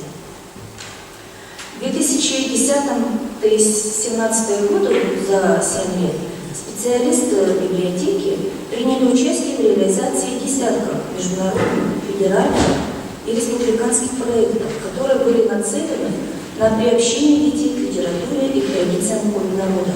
Потому что мы еще очень активно подключаемся к крупным проектам учреждений культуры республики, продвигая там уже книгу. Организованы республиканские акции, проведены краеведческие мероприятия и выпущены библиографические издания и книги. Издано 10 библиографических указателей в серии «Детские писатели Республики Коми», и изданию каждого указателя двухгодичный проект был реализован для того, чтобы этот указатель вышел. Потому что мы связывались непосредственно с самими авторами, о которых мы пишем. Обязательно условие, чтобы автор посмотрел издание, дополнил, прежде чем выйдет в свет этот указатель. Много лет ушло на издание справочника для школьников, какие народы живут в Коми. Где-то 3-4 года делалось это издание урывками. В издании этого справочника мы преследовали цель сделать серию энциклопедических изданий о Коми крае, которой нет. Этой серии нет.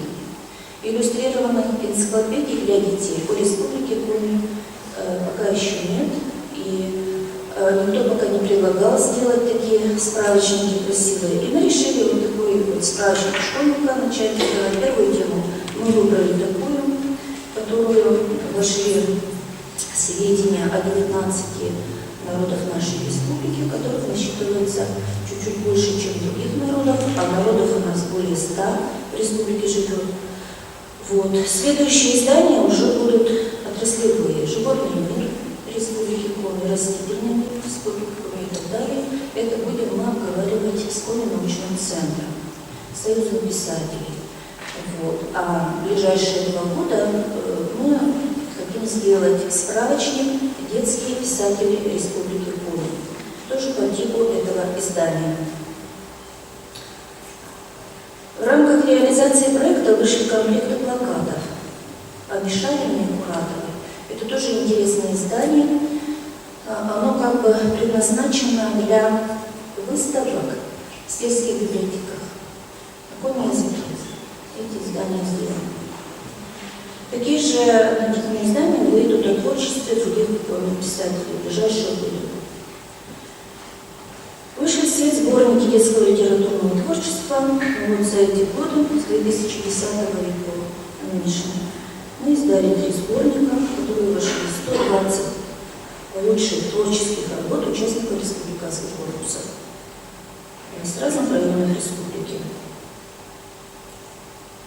Приятно, что в 2014 году призерами республиканского конкурса «Лучшая книга года» стали печатные издания, которые изданы нашей библиотекой. Это книга Соломонии Пылаевой «Шенишка». Очень востребованная эта книга, потому что где-то в течение 5 лет мы пересказывали детям на русском языке произведения Пылаевой. Они входят в школьную программу, но они не были переведены на русский язык.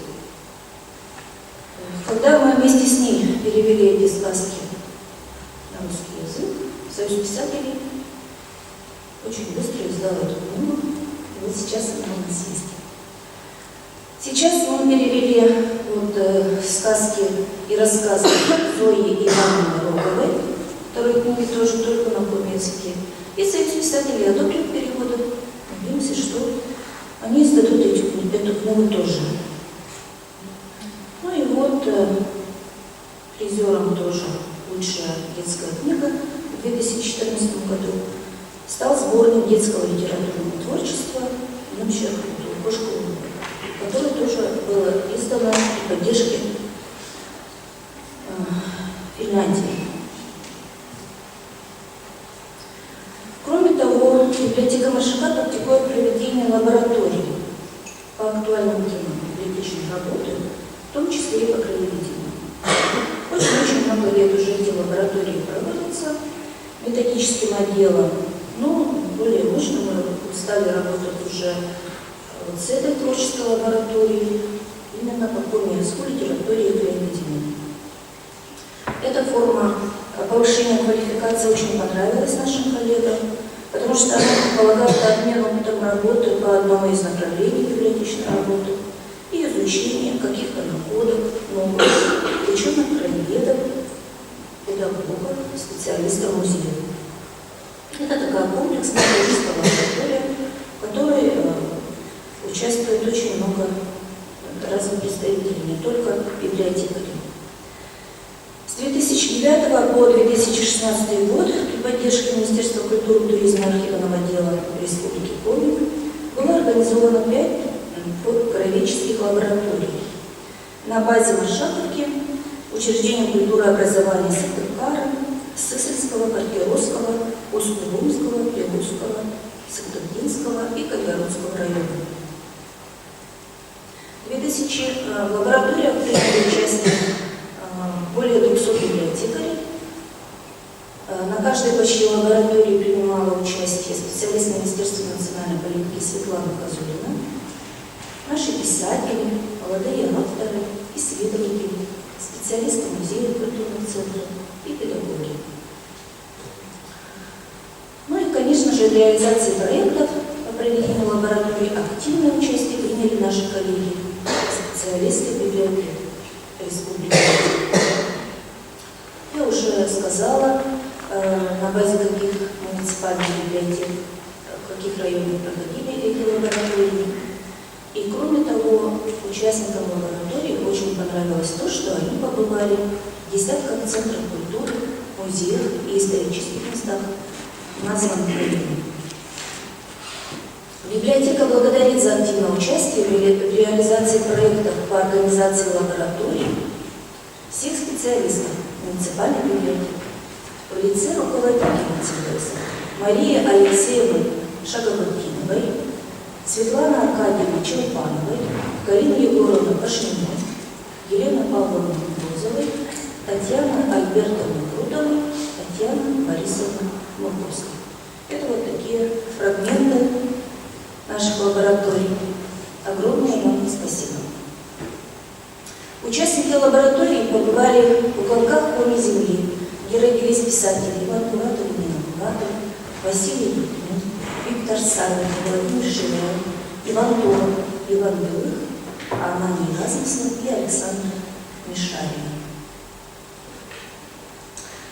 2009 год был объявлен годом Коми языка, и кроме того республика отметила 170-летие основоположника коми литературы Куратова. И вот в мае состоялась первая такая лаборатория. Просто не слышно. Сейчас слышно. Лаборатория «Тая кроме кывалы, аславлю любимым. Я слышал еще с колыбели, язык наш родной и милый». В рамках республиканского мероприятия «Фестиваль поэзии и музыки», посвященного 170-летию со дня рождения Ивана Куратова. Огромную помощь в проведении лаборатории оказали специалисты Сысольской централизованной библиотечной системы. Мария Алексеевна, вижу, она мне улыбается. Было трудно, но мы провели.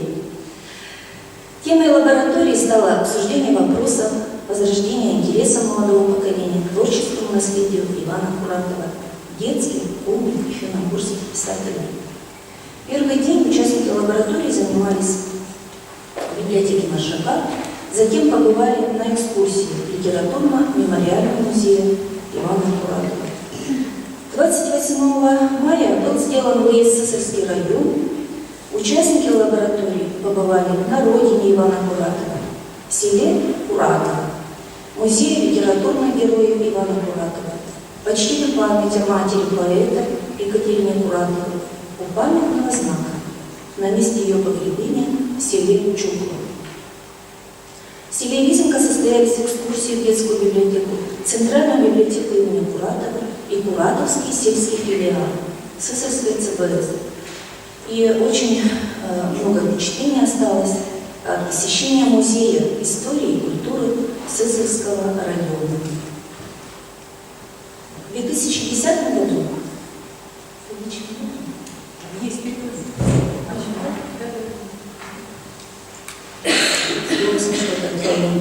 Не волнуйтесь, все прекрасно. Нет, я переживаю еще на этим.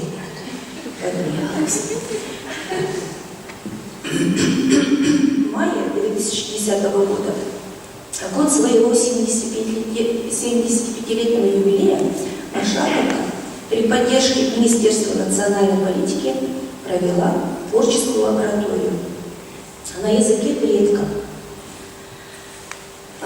И второй день мы уже провели на базе Усть-Кулымской ЦВС.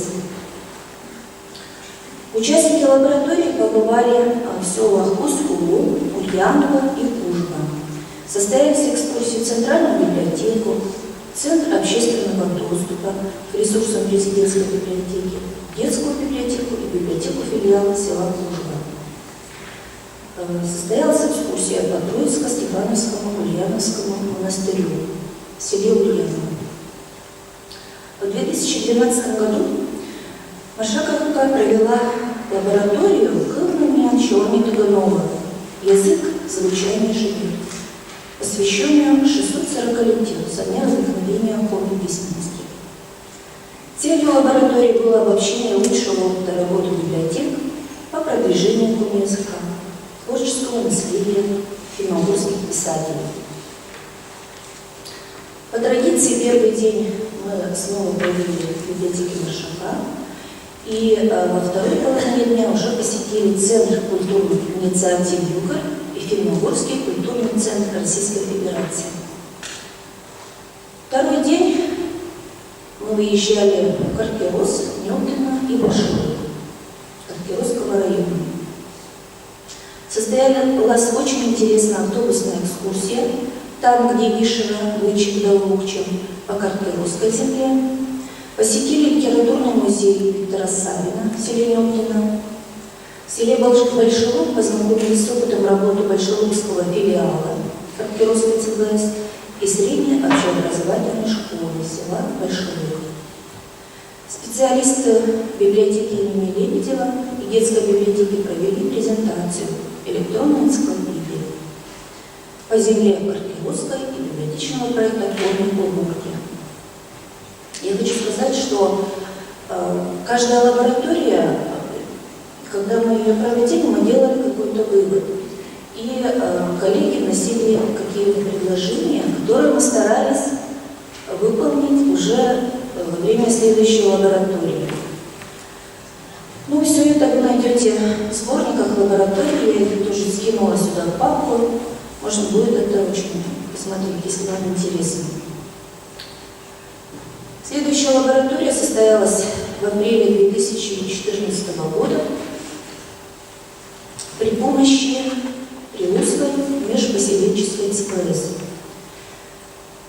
Лаборатория называлась «Амича гажа чужамут», «Амича была чужанки». Милее всего земля родная, мелодичнее всего родной язык. И она была посвящена юбилею Союза писателей Республики Коми. 80-летию нашего Союза писателей. В основу названия лаборатории легли строчки из стихотворения «Улангаш» поэта Василия Ладыгина, автора популярных коми-песен. Открытие лаборатории состоялось в библиотеке Маршака, которая очень изменилась после проведенного в 2013 году капитального ремонта. Об истории Союза писателей поведала председатель правления Союза писателей Елена Козлова.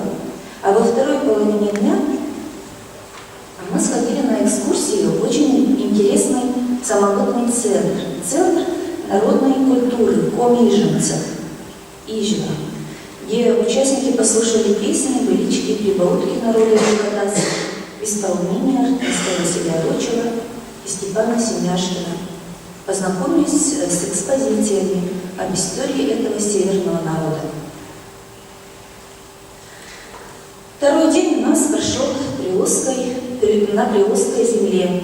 Состоялись экскурсии по селу Замулье, родине писателя Василия Юхнина, где еще сохранился его родовой дом, и по этнографическому музею имени Василия Юхнина. На выставке дегустации «Приволжская коми-национальная кухня» гости не только узнали о рецептах коми-выпечки народной мастерицы Розы Книговой, но и попробовали на вкус шитоса шанька, торженые шаньки с начинкой из крупы, картова шанька, картофельные шаньки, ачапира, пирожки с капустой. В селе Обячево библиотекари совершили прогулку по этнотуристическому маршруту тропою предков. Побывали в Центре изобразительного искусства и прикладного творчества, который, пожалуй, такой единственный существует в нашей республике. Здесь открыт информационно-туристический визит-центр, проводятся мастер-классы по древним традиционным видам ремесел Приволжья. Было приятно посетить Центральную детскую библиотеку, Центральную межпоселенческую библиотеку имени Василия Юхнина, Занульский филиал Приволжской ЦБС. Были презентованы сборник и мультимедийный диск «Василий Юхнин. Личность, творчество, судьба», которую сделали наши коллеги. И что интересно, на этой лаборатории была открыта литературная секция в Обячевской средней общеобразовательной школе. То есть мы эту лабораторию проводили вместе с Союзом писателей. Там состоялась встреча с молодыми авторами и был проведен обучающий семинар для детей, занимающихся литературным творчеством. Вот на этой лаборатории в 2014 году наши коллеги предложили проводить подобные мероприятия с двухдневным выездом в один из районов республики. То есть их уже столица не интересует, надо выезжать в район. Что мы и взяли на перо, на следующую лабораторию. И было предложено также организовать следующую лабораторию не по разным вопросам, а только по одному из актуальных вопросов библиотечного краеведения, выбрав единственную тему для изучения обобщения опыта работы с детьми в библиотеках республики, соответственно, в том районе, где лучше всех работают по этой теме. И еще на этой лаборатории была у нас журналистка Мария Глазкова, очень известная в республике, которая снимает видеофильмы о писателях, о различных праздниках. И она любезно нам предоставила такой электронный диск видеозапись занятий лаборатории, которые были приложены к сборнику и попали во все районы. И в 2016-м состоялась еще одна лаборатория. Как правило, мы проводим эту лабораторию раз в 2 года, потому что это очень сложная работа. К проведению каждой лаборатории нужно тоже реализовать отдельный проект, найти средства на проведение и так далее. Уходит много времени.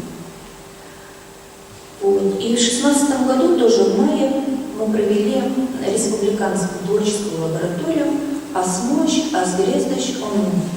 В родной сторонке прирастаешь сердцем. Это слова коми-писателя Ивана Белу из села Палевицы этого района, написавшего самобытные книги о родных местах, о своих земляках. Выступили, мы решили так провести, даже в 2 районах эту лабораторию рискнули, и, по-моему, получилось. Нам дали впервые комфортный такой автобус, и было все замечательно. Первый день выступили с опытом работы по краеведению специалисты с Сыктывдинской ЦБС. Состоялась экскурсия в Сыктывдинский дом народных ремесел «Зара», где гостей радушно приняла директор Елена Мельникова, профессионал своего дела, знаток декоративно-прикладного искусства. Дом «Зара», оснащенный уютными залами и мастерскими для занятий по самым разнообразным видам изобразительного творчества, он является хранителем древних традиций. Почему? Потому что здесь очень много таких вот залов, где желающие учатся создавать своими руками изделия из дерева, глины и ткани. И многие из участников лаборатории даже пожелали приходить сюда и учиться вот этому древнему мастерству коми-народа. Во второй половине дня мы отправились в село Палевица. В дороге состоялась автобусная экскурсия, которую провела сотрудник дома Зары Светлана Юрнина. В Палевицах гостей ждала литературная экскурсия «Малая родина больших людей», которую подготовила заведующая Палевицкой библиотекой филиала Елена Тырина, очень интересная женщина. Она исследователь культуры и литературы родного села. Она рассказала об истории поселения и о жизни и творчестве известных писателей, краеведов, ученых и артистов, уроженцев здешних деревень. Потому что в Палевицах очень много было именно таких известных людей, почему-то вот там. И все это исследовано библиотекой, созданы альбомы разные, и целая вот экскурсия такая по селу. Гости побывали в местах, где прошли детские годы писателя Ивана Белых, поэта Анания Размыслова, артистки Глафиры Сидоровой. В родовом доме Анания Размыслова состоялась встреча с сестрой поэта-фронтовика Анания Размыслова, Зинаидой Левич. Зинаида Левич рассказала о традиции Арсения Размысловых, о том, как жили они в военное время, каким остался в ее памяти брат Анания, который погиб на фронте. В завершении состоялось праздничное мероприятие «Литературная уха» на берегу реки Вычита. Кто был, помните еще эту уху? Да, я тоже. У меня до сих пор плащ пахнет дымом палевицких. Не стираем. Так, на следующий день мы посетили Кайгородскую землю. По пути в Кайгородский район Светлана Тюрнина провела трассовую экскурсию Астрахани по своей земле, поведали об исторических местах Сыктывдинского, Сысольского и Кайгородского района, мимо которых проезжал автобус. Приятное впечатление у гостей оставило просторное помещение, изысканное оформление Кайгородской детской библиотеки, где, без сомнения, здешней ребятне уютно изучать книги и историю Родины. Интересно было послушать выступления специалистов муниципальной библиотеки Кайгородской ЦДС. Участники лаборатории побывали в доме музея Ивана Торопова в деревне Бурга. Во второй половине дня библиотекари посетили поселок Кажево. Здесь состоялась экскурсия «Край родной души Чистовица» по историческим местам поселка. Именно этому посвящен историко-экскурсионный проект библиотеки Кажемской, который связан с памятником архитектуры федерального значения XIX века Кажемским чугунолитейным заводом.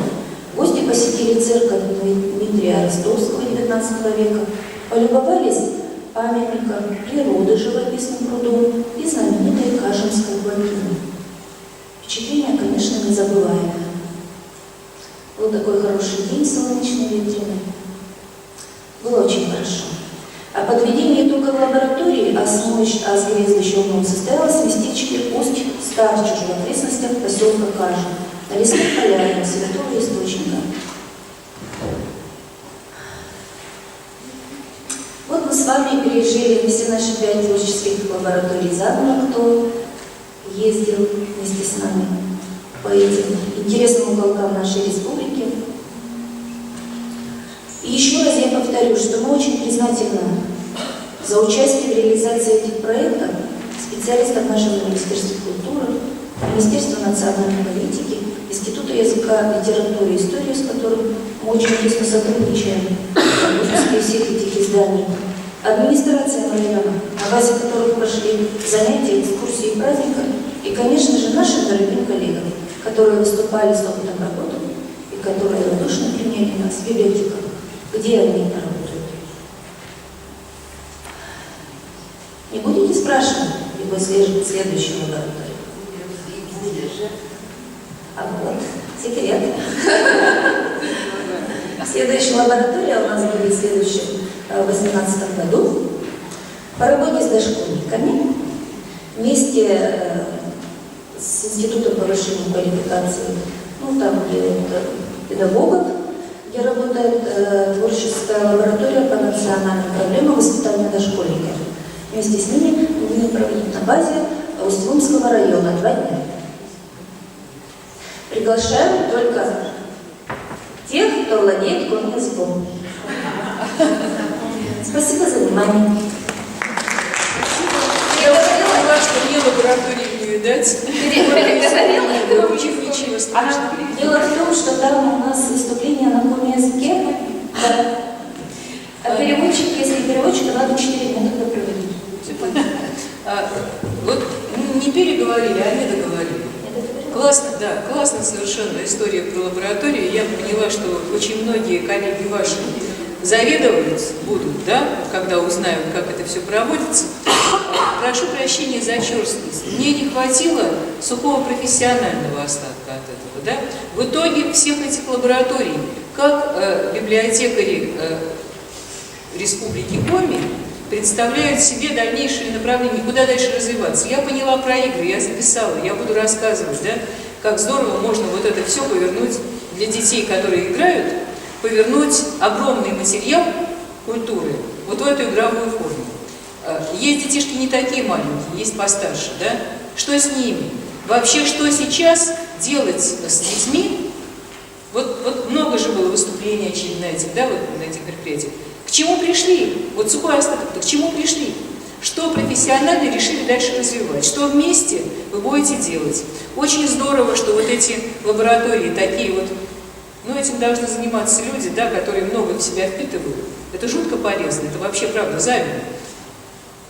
Но может быть на этих лабораториях чему-то надо чисто практически еще учить? Вот чтобы какие-то задачи решались? Чтобы сухой остаток от этих поездок был, чтобы после такой поездки оставалось что-то, оставался какой-то краеведческий продукт. Вот прошу прощения за черствость, правда, считайте, что от зависти. Но вот немножко не хватило этого. Про детей было в основном в начале. Что для них. Тоже, но для детей там, кстати, половина игр у нас для детей старшего среднего возраста. По географии, истории, по другим вопросам, которыми они интересуются. Поняла. Спасибо большое. Вопросы какие-то есть? Нет? Спасибо большое. Так, дальше. Идем дальше. Так, Людмила Васильевна Василюк. Проект «Лето в стиле этно» или «Усть-Лумские каникулы». Всем доброго дня, уважаемые коллеги. Прошу прощения за мой голос. Я немножко приболела, но я думаю, что я недолго с вами скрипучим голосом могу помочь. Так, добрый день, уважаемые коллеги, еще раз. История Усть-Лумской земли насчитывает не одно столетие. Мы гордимся своей причастностью к месту создания коми письменности, культуры и духовности народа Коми. На этой прекрасной земле жили наши предки. На этой исторической земле живем и мы. На протяжении многих веков, со времен Стефана Берского, устьлумчане с большим трепетом и любовью относятся к печатному нежному слову. И мы рады отметить, что эта традиция продолжается и сейчас. В начале 2016 года в Усть-Лумской библиотеке имени Николая Михайловича Дьякона был дан старт программе мероприятий в рамках реализации проекта «Лето в стиле этно» или «Усть-Лумские каникулы». Участникам проекта был предложен необычный формат погружения в этнопространство с их личным вовлечением в процесс познания и игры. Несмотря на то, что название проекта отражено конкретное время года, воплощение его в жизнь началось задолго до наступления лета. В течение нескольких месяцев участники проекта знакомились с традициями, обрядами и культурным наследием народа Коми. Таким образом, время реализации проекта растянулось на 6 месяцев, с января по июнь 2016 года. Участниками проекта стали читатели младшего среднего школьного возраста. Цели и задачи проекта вы видите на экране. Проект включал в себя 2 этапа. Первый этап – литературный. Это получение историко-этнографической информации через чтение книг краеведческого характера. Второй этап – игровой. Закрепление полученной информации посредством игровой деятельности. Вначале юные читатели дни зимних и весенних каникул изучали художественную и научно-познавательную краеведческую литературу.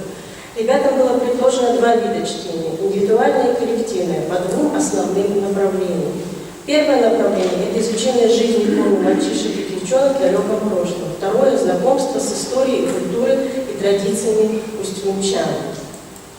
Например, в ходе реализации первого этапа проекта были задействованы различные методы чтения. Например, книгу Натальи Макаровой и Елены Габовой «Дети древней земли» ребята изучали с помощью чтения по ролям, став на время героями повести. А с помощью книг «Удивительная республика Коми» и «Азбука гражданина» юные читатели отправились в чтение путешествия по родному краю, где каждый выступал в роли гида-экскурсовода.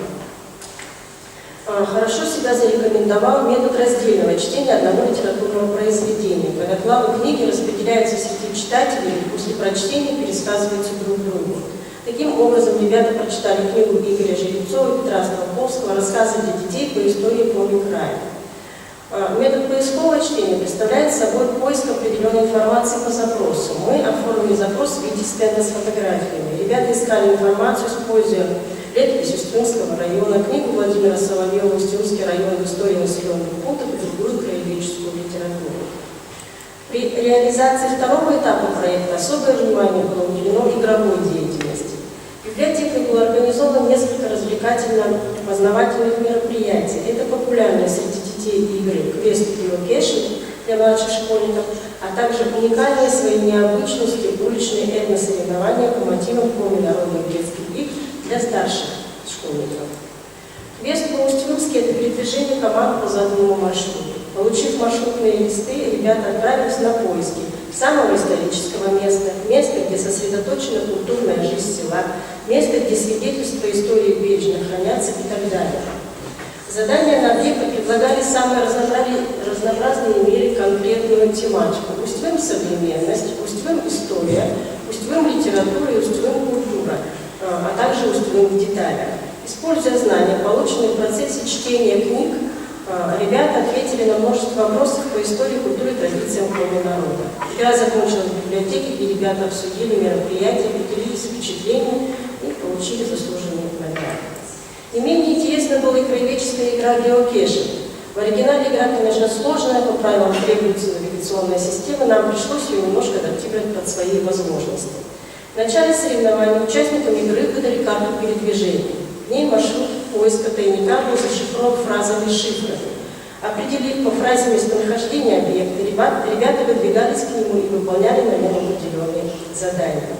Например, ребятам было предложено фотоизображение исторической части села Усть-Лун.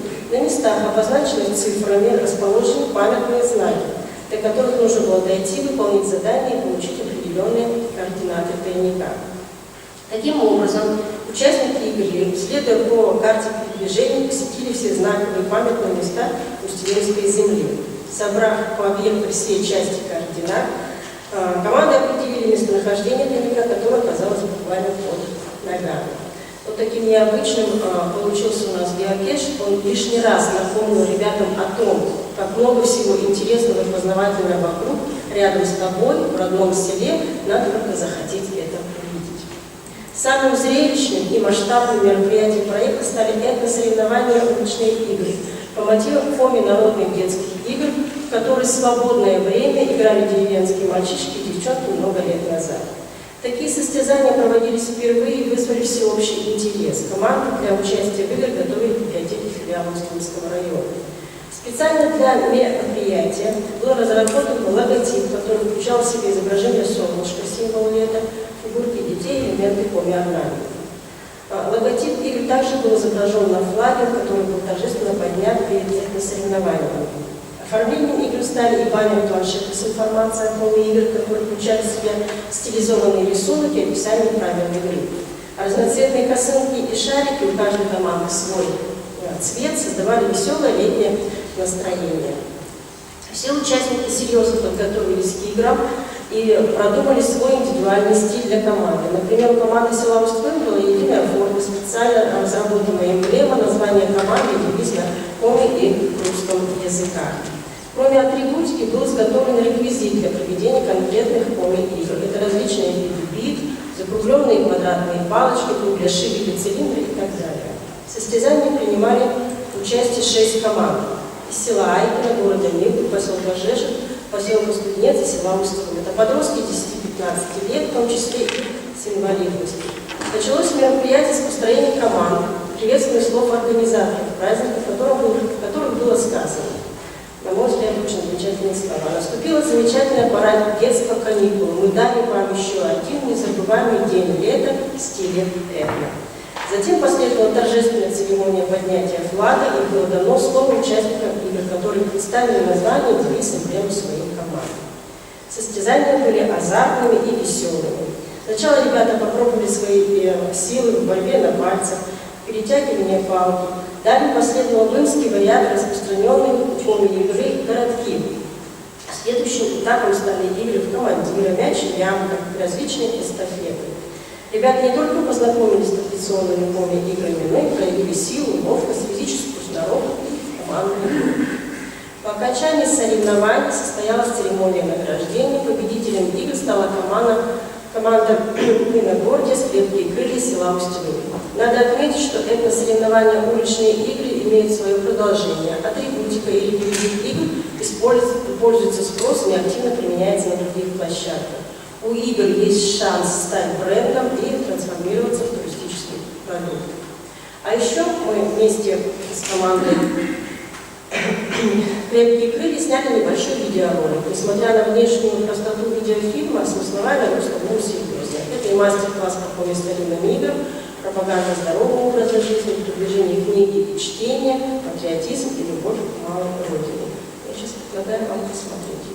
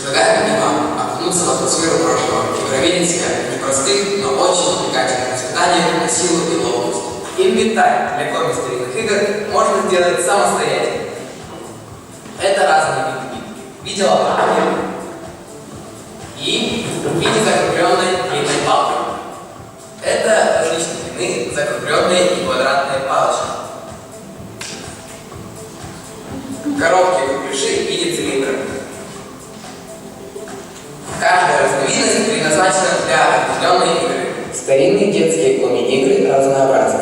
Приведем примеры некоторых из них. Игра «Чунг-круг» – борьба на пальцах. Соперники встают против друг друга, упираются ногами и сцепляются пальцами. По команде каждый тянет соперника в свою сторону. Побеждает тот, кто перетянет соперника на свою сторону или заставит его рожать пальцы. Следующая игра называется «Ныр-эр-ем», буквально «корчевание пня». Перетягивание палки. Соперники садятся напротив друг друга, упираясь стопами ног. Берутся руками за поперечную палку и по команде начинают тянуть соперника, каждый на свою сторону. Победа достается тому, кто перетянет соперника на свою сторону. Следующая игра командная. Называется она «Командир». В команды вкапывают в ряд палочки различной высоты. В центр помещается командир, самая высокая палочка. Общее количество палочек 10. Игроки команд по очереди кидают биты. Биты бросают с расстояния 5-7 метров. Сначала нужно выбить командира, а потом остальные городки. Побеждает команда, которая первой выбивает командира и все городки. Самой распространенной игрой была игра в городки. Вариантов этой игры множество.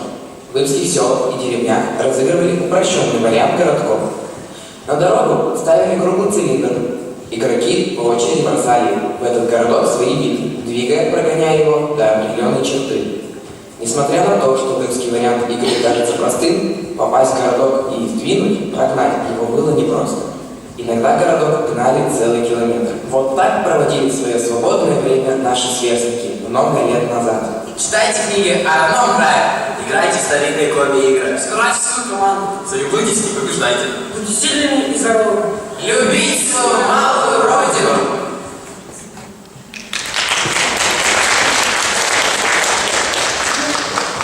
Ой, вы не зря героически вот так вот решили все-таки приехать.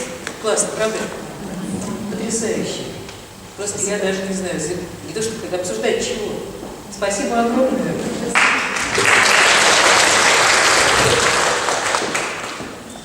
Вот. Здорово. Значит, коллеги, по этому вопросу кто-нибудь хочет что-нибудь сказать? Вот по работе с разными категориями населения. Обсудить, пока мы вместе. Нет? Значит, давайте тогда так. У нас до 11:30, да? Можно тогда? Да, нет, я хочу сказать, что если позволите, я бы сейчас тогда вернулась к библиографическим, да, вопросам. Можно, да, не могу? Потому что тема на самом деле, она большая, серьезная, как ты влезаешь в то, что касается баз данных и библиографических записей, ну, это как бы по-хорошему-то на, ну, примерно там на день учебы минимум, да? Я некоторые вещи попробую опять-таки сказать ключевые, поскольку вопросы были. А дальше я считаю, что все равно нужно учебу организовывать. Вот по библиографии очень нужна учеба. На самом деле вытянуть уровень библиографической работы можно с такими специалистами, как вы, можно сравнительно быстро. Это ведь не, как так сказать, когда я говорю про проблемы библиографические, это ведь не то, чтобы в целом вы не можете, да, те, кто не могут, те, у кого не здорово, а просто навык потерян. Его надо просто вернуть. Значит, о чем я говорила? Когда вы, да, вот дело в том, что вот эти недостатки, эти проблемы в ваших показателях, это следствие вот такого же качества самих ваших каталогов. Каталогов насмотрелось много, хороших практически нет. Там, кроме больших проблем с библиографическими записями, к которым я сейчас вернусь, с описаниями, к которым я сейчас вернусь, и о чем я как раз хотела чуть подробнее сказать, там очень крутая проблема. Это качество индексирования, качество раскрытия содержания краеведческих документов. Бывает, что вроде бы и записи ничего, но задаешь, обычно я краеведческие базы данных просто тестирую. Громко сказано, что я делаю, я пробую что-нибудь найти. Самое простое там, заходишь в каталог, ну, допустим, там районный, да, или областной. История, ну, какой-нибудь запрос, история, ну, собственно, главного города, да. Бывает, что каталог большой, у тебя на это не выпадает ничего. Или выпадает масса мусора. Почему? Самая важная вещь. Используются либо неправильные инструменты индексирования, те, которые не могут работать с краеведческих базах данных, либо используются неправильно, те, которые надо. Неправильные инструменты индексирования, плохо работающие в краеведческих базах данных, может быть, я вас удивлю, это систематизация. Классификации с краеведческими базами данных работают очень плохо, потому что классификации для документов краеведческих слишком широкое сито такое, да? Материал проваливается. Нельзя краеведческий материал точно заиндексировать с помощью классификации. Иначе индекс классификации у нас будет такой длины, что конца не найдем. Кроме того, вот классификация не заточена наши программы компьютерные. У нас нет возможности, мы это заклассифицировать можем, да, положим, а читатель войти через классификацию у нас не очень-то может. Нет у нас, не выводятся у нас списки, вот эти развернутые классификаторы, которые были бы удобны для пользователей. Это первое. Что годится для краеведческих баз данных? Ключевые слова годятся очень условно, потому что они у каждого свои, да? Вот вы так проиндексировали содержание, а читатель у него свой словарный запас. Там есть свои тонкости. Как с этим работать, чтобы это было правильно. Абсолютно показано краеведческим базам данных предметные рубрики. Совершенно точно. Главный инструмент. И есть общее в том, что я говорю сейчас про индексирование, и в том, к чему я сейчас вернусь, в смысле заголовка. Предметные рубрики – отличный инструмент, потому что он позволяет, с одной стороны, очень точно, очень прицельно любой самый маленький объект назвать, да, по содержанию, а с другой стороны, представить его в такой форме, чтобы с любой точки мира, хоть с другой планеты, всем было понятно, что это за предмет. То есть представить его в стандартной форме, в отличие от ключевых слов, которые не нормализуются, предметная рубрика совершенно четко может быть представлена в стандартном виде. Названо, отработано, так, чтобы вот этот кирпичик у вас лежал в одной и той же форме, и чтобы всем было понятно, в какой именно формулировке можно искать, да, на что откликнется. Вот. Почему это про то же самое, про почему я сейчас вернусь? Потому что нормальная предметизация, нормальный аппарат работает при одном железном условии, если у вас поддерживается авторитетный файл предметных рубрик. Если он у вас есть, без него предметные рубрики, без него у вас не будет места, в котором вы могли бы хранить нормализованный вариант. Предметный авторитетный файл – это и есть склад этих нормализованных кирпичиков, нормализованных элементов, где точно указано имя человека, независимо от того, как он сам себя называет или как он называет в литературе, название вашего местного храма, допустим, да, он может называться по-разному, или вашего предприятия, или вашего памятника культуры и истории, да, какого-нибудь вашего, какой-нибудь книги, да, или какого-нибудь там, я не знаю, музейного экспоната. Это просто негде хранить. Назвать-то вы можете, но что толку, если нет точки, через которую можно извне и вам на завтра, даже вам, посмотреть, какой вариант выбора. Вы сейчас вы создадите еще какой-то, он тоже вам покажется правильным. Поэтому, вот запомнили, авторитетный файл предметных рубрик. И, значит, он описывает, он содержит в себе все элементы, через которые мы вскрываем содержание. Имя человека, название географическое, да, имя коллектива, постоянного или временного. Вот ваши эти замечательные творческие лаборатории, они тоже должны быть как-то названы, да, это тоже коллектив, только временный, про который вы говорили. Это может быть, ну это несколько категорий, 6, если не ошибаюсь, родовое имя. Это может быть то, что называется унифицированным заглавием, на самом деле это все, что является именем собственным, да? Но это не человек, не учреждение, не географическое название. Ну что это может быть? Музейный экспонат, да? Какой-то памятник, который стоит где-то у вас, да? Например. Какое-то произведение, безавторское, как правило, да? Народного эпоса, например. Вот категории эти известны, про это просто можно почитать. У меня есть лекция напечатанная, но она опубликована и так есть. Давайте я сброшу, ладно? Будет полезно, почитаете. Она простая, и, в общем, вся технология работы с предметными рубриками переведена на библиографический язык. Меня учили, я таким транслятором. Значит, вот, это авторитетный файл предметных рубрик. Есть еще один авторитетный файл, хотя на самом деле, по идее, по всем технологиям, это должен быть один и тот же авторитетный файл. Во всяком случае, записи там должны быть одинаковые, и сейчас объясню, о чем речь. Авторитетный файл заголовков. Значит, это вот сейчас я на секундочку, не на секундочку, а как раз к заголовку, потому что оказалось, что не все понятно. Традиция, привычка, которая как раз губит библиографов, она оказалась сильнее. В общем, привычки заглядывать в наши стандарты и в наши правила.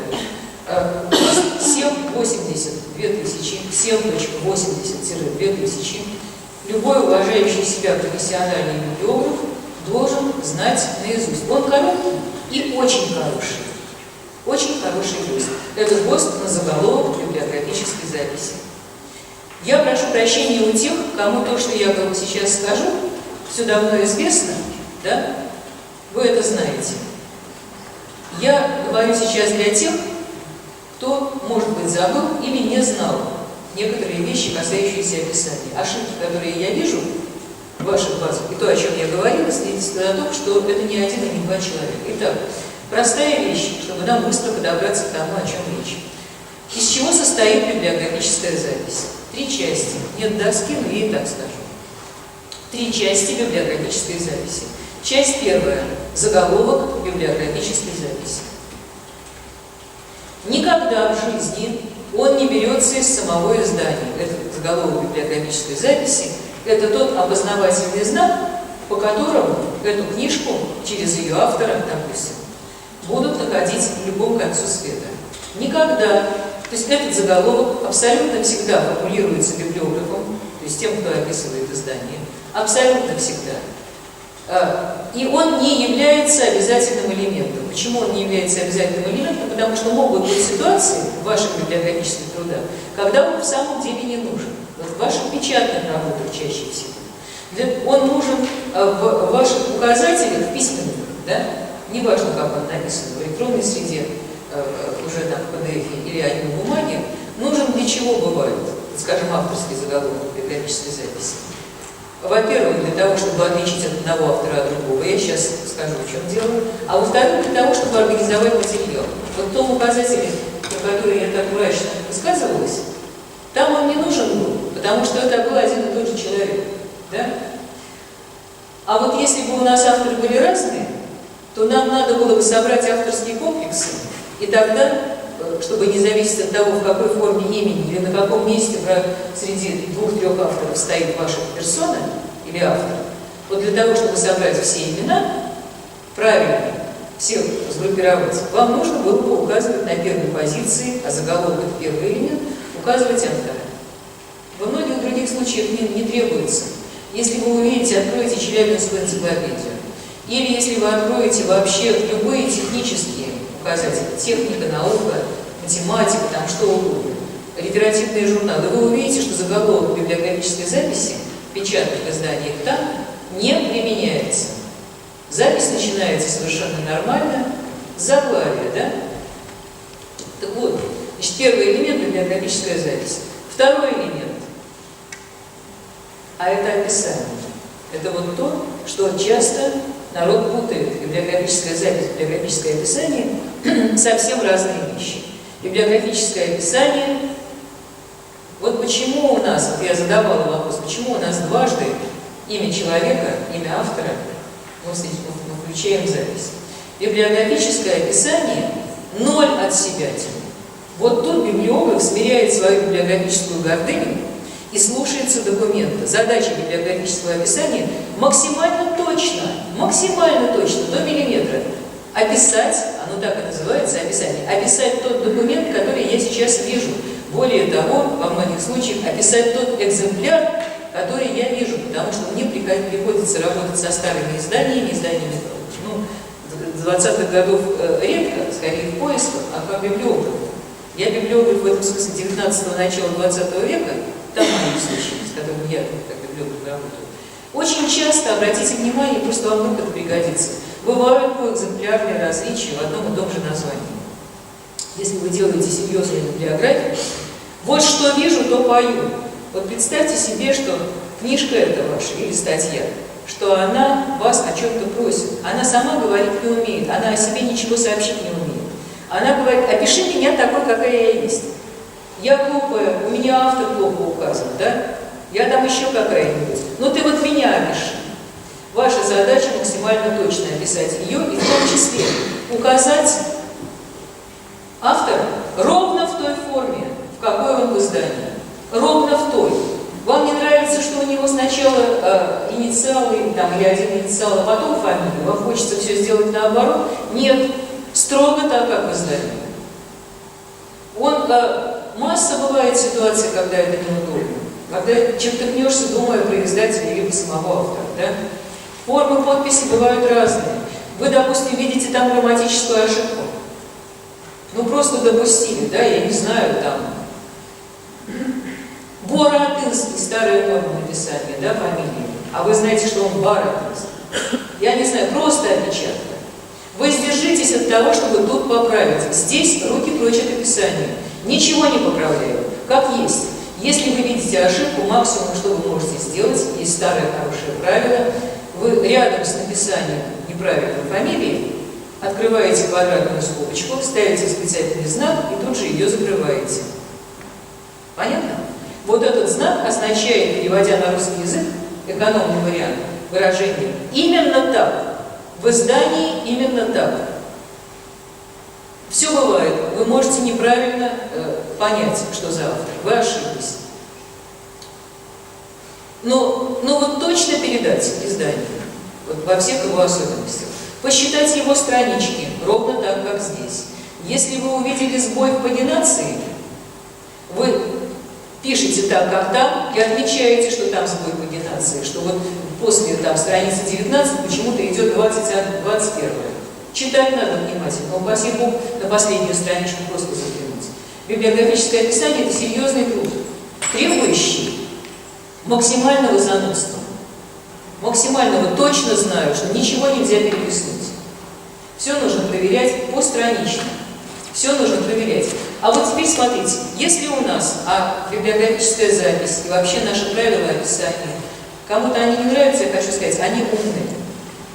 Они на самом деле умные. Посмотрите, есть баланс. Если мы тут шагнули в сторону издания, максимально приблизились к нему, а нынешний ГОСТ действующий еще в большей степени вот в эту сторону, еще меньше, он вообще запрещает туда включать что-нибудь, кроме того, что мы там видим. Например, я сейчас еще просто добавлю, например, если вам хочется уточнить о чем-то, да, ну как это, раньше еще программы подстегивали, возьму я, поставлю две точки, двоеточие, и туда прямо в квадратных скобках врублю, что мне там захотелось. Ну не хватает мне там комментариев. Но в издании для этого нету. А квадратные скобки в описании для чего? Вот сейчас в действующих правилах. Для чего? Для того, чтобы показать, если у нас какие-то сведения не из предписанного источника. Помните, что такое предписанный источник? Для каждого элемента описания есть место в издании, откуда мы можем брать эти сведения. Да? Откуда мы можем брать заглавие? С титула, в первую очередь, и если. И второй вариант с обложки. Да? Откуда мы можем брать подиздание, дату издания? Знаете, да? Тоже. Предписанный источник. Так вот, если мы берем какие-то сведения не из предписанного источника, автор был указан, да, я не знаю, там, год издания, указан где-то глубоко в тексте зарыт, где угодно. Так вот, квадратные скобки существуют в описании только для того, чтобы показать, что вы это взяли не из предписанного источника. Понимаете? Вообще описание делается так, и библиографическая работа делается на случай нейтронной бомбы. Случилась нейтронная бомба, отличие ее от обычной в том, что люди вымерли, вещи остались. Потом, слава Богу, народились какие-то следующие поколения. Так вот, чтобы эти поколения, когда они придут к вашим базам данных без вас, чтобы они все поняли, чтобы они могли реконструкцию полную по вашей записи сделать. Итак, значит, никакой от себя тебе написали. Все, что вы хотите сказать, есть дивная область примечаний. Правда? Правда. В область примечаний все ваши мысли о том, что там не так, откуда вы что взяли, да? Все своеобразие, все, что не помещается в элементы описания, есть область примечаний. Да? Если вы хотите передать содержание, для этого есть совсем другой элемент библиографической записи, третий, да? Вот мы говорили, сейчас мы будем говорить про заголовок библиографической записи, мы говорим про описание сейчас, а третий элемент описания, третий элемент библиографической записи, это все остальное, это все, что про издание, про его жизнь. Или все, что мы о нем хотим сказать дополнительно, но чего нет в нем самом. Там аннотация, там все индексы содержания, ключевые слова, предметные рубрики, таблицы классификации, все там. Там все места хранения, да? Там все, что хотите еще.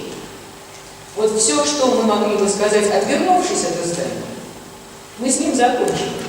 Так вот, смотрите, если у нас жесточайшие, строгие правила относительно того, как мы должны полно и точно описать, не отодвигаясь от издания от самого, то должно быть равновесие.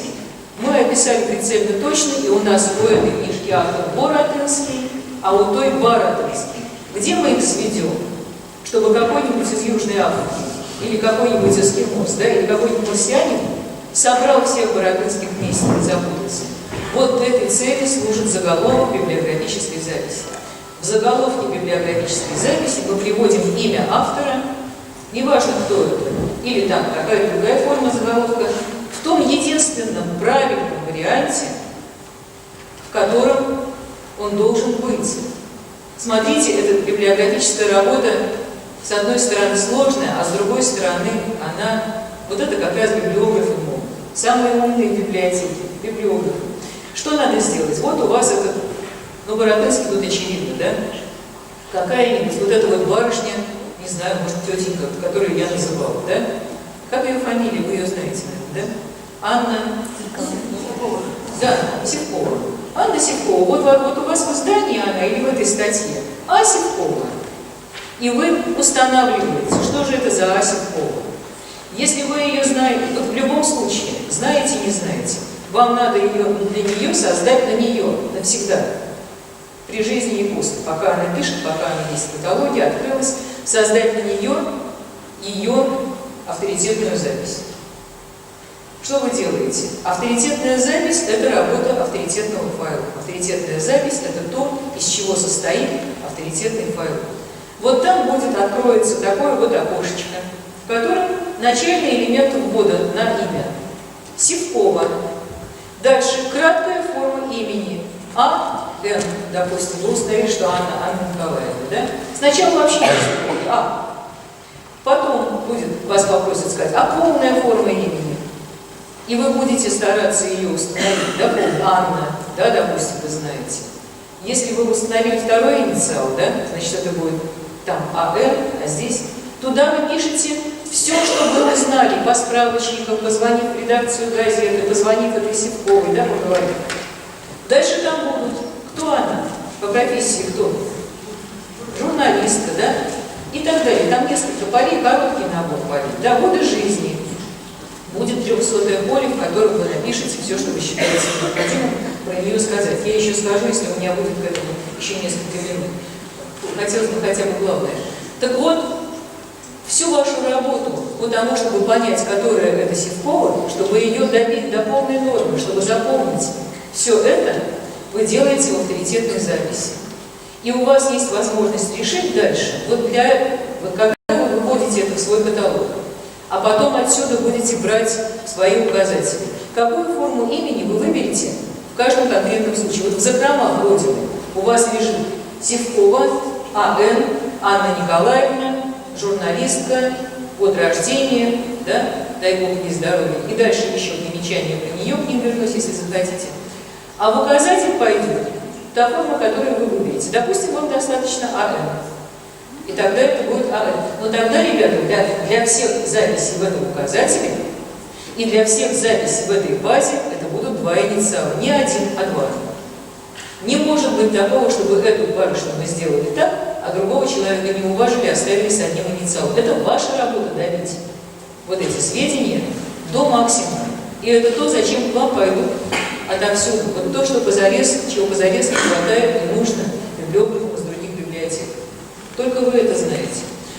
Значит, иногда вам понадобится, допустим, вы работаете на серьезную глубину, иногда в этой указателе укажете прямо имя и отчество, и годы жизни, и даже, может быть, профессию. Выведите эту форму на печать, и это может быть полезно, если вы всерьез делаете, скажем, возьмите и сделаете что-нибудь основательное, типа что читать, или ретроспективный указатель какой-нибудь капитальный.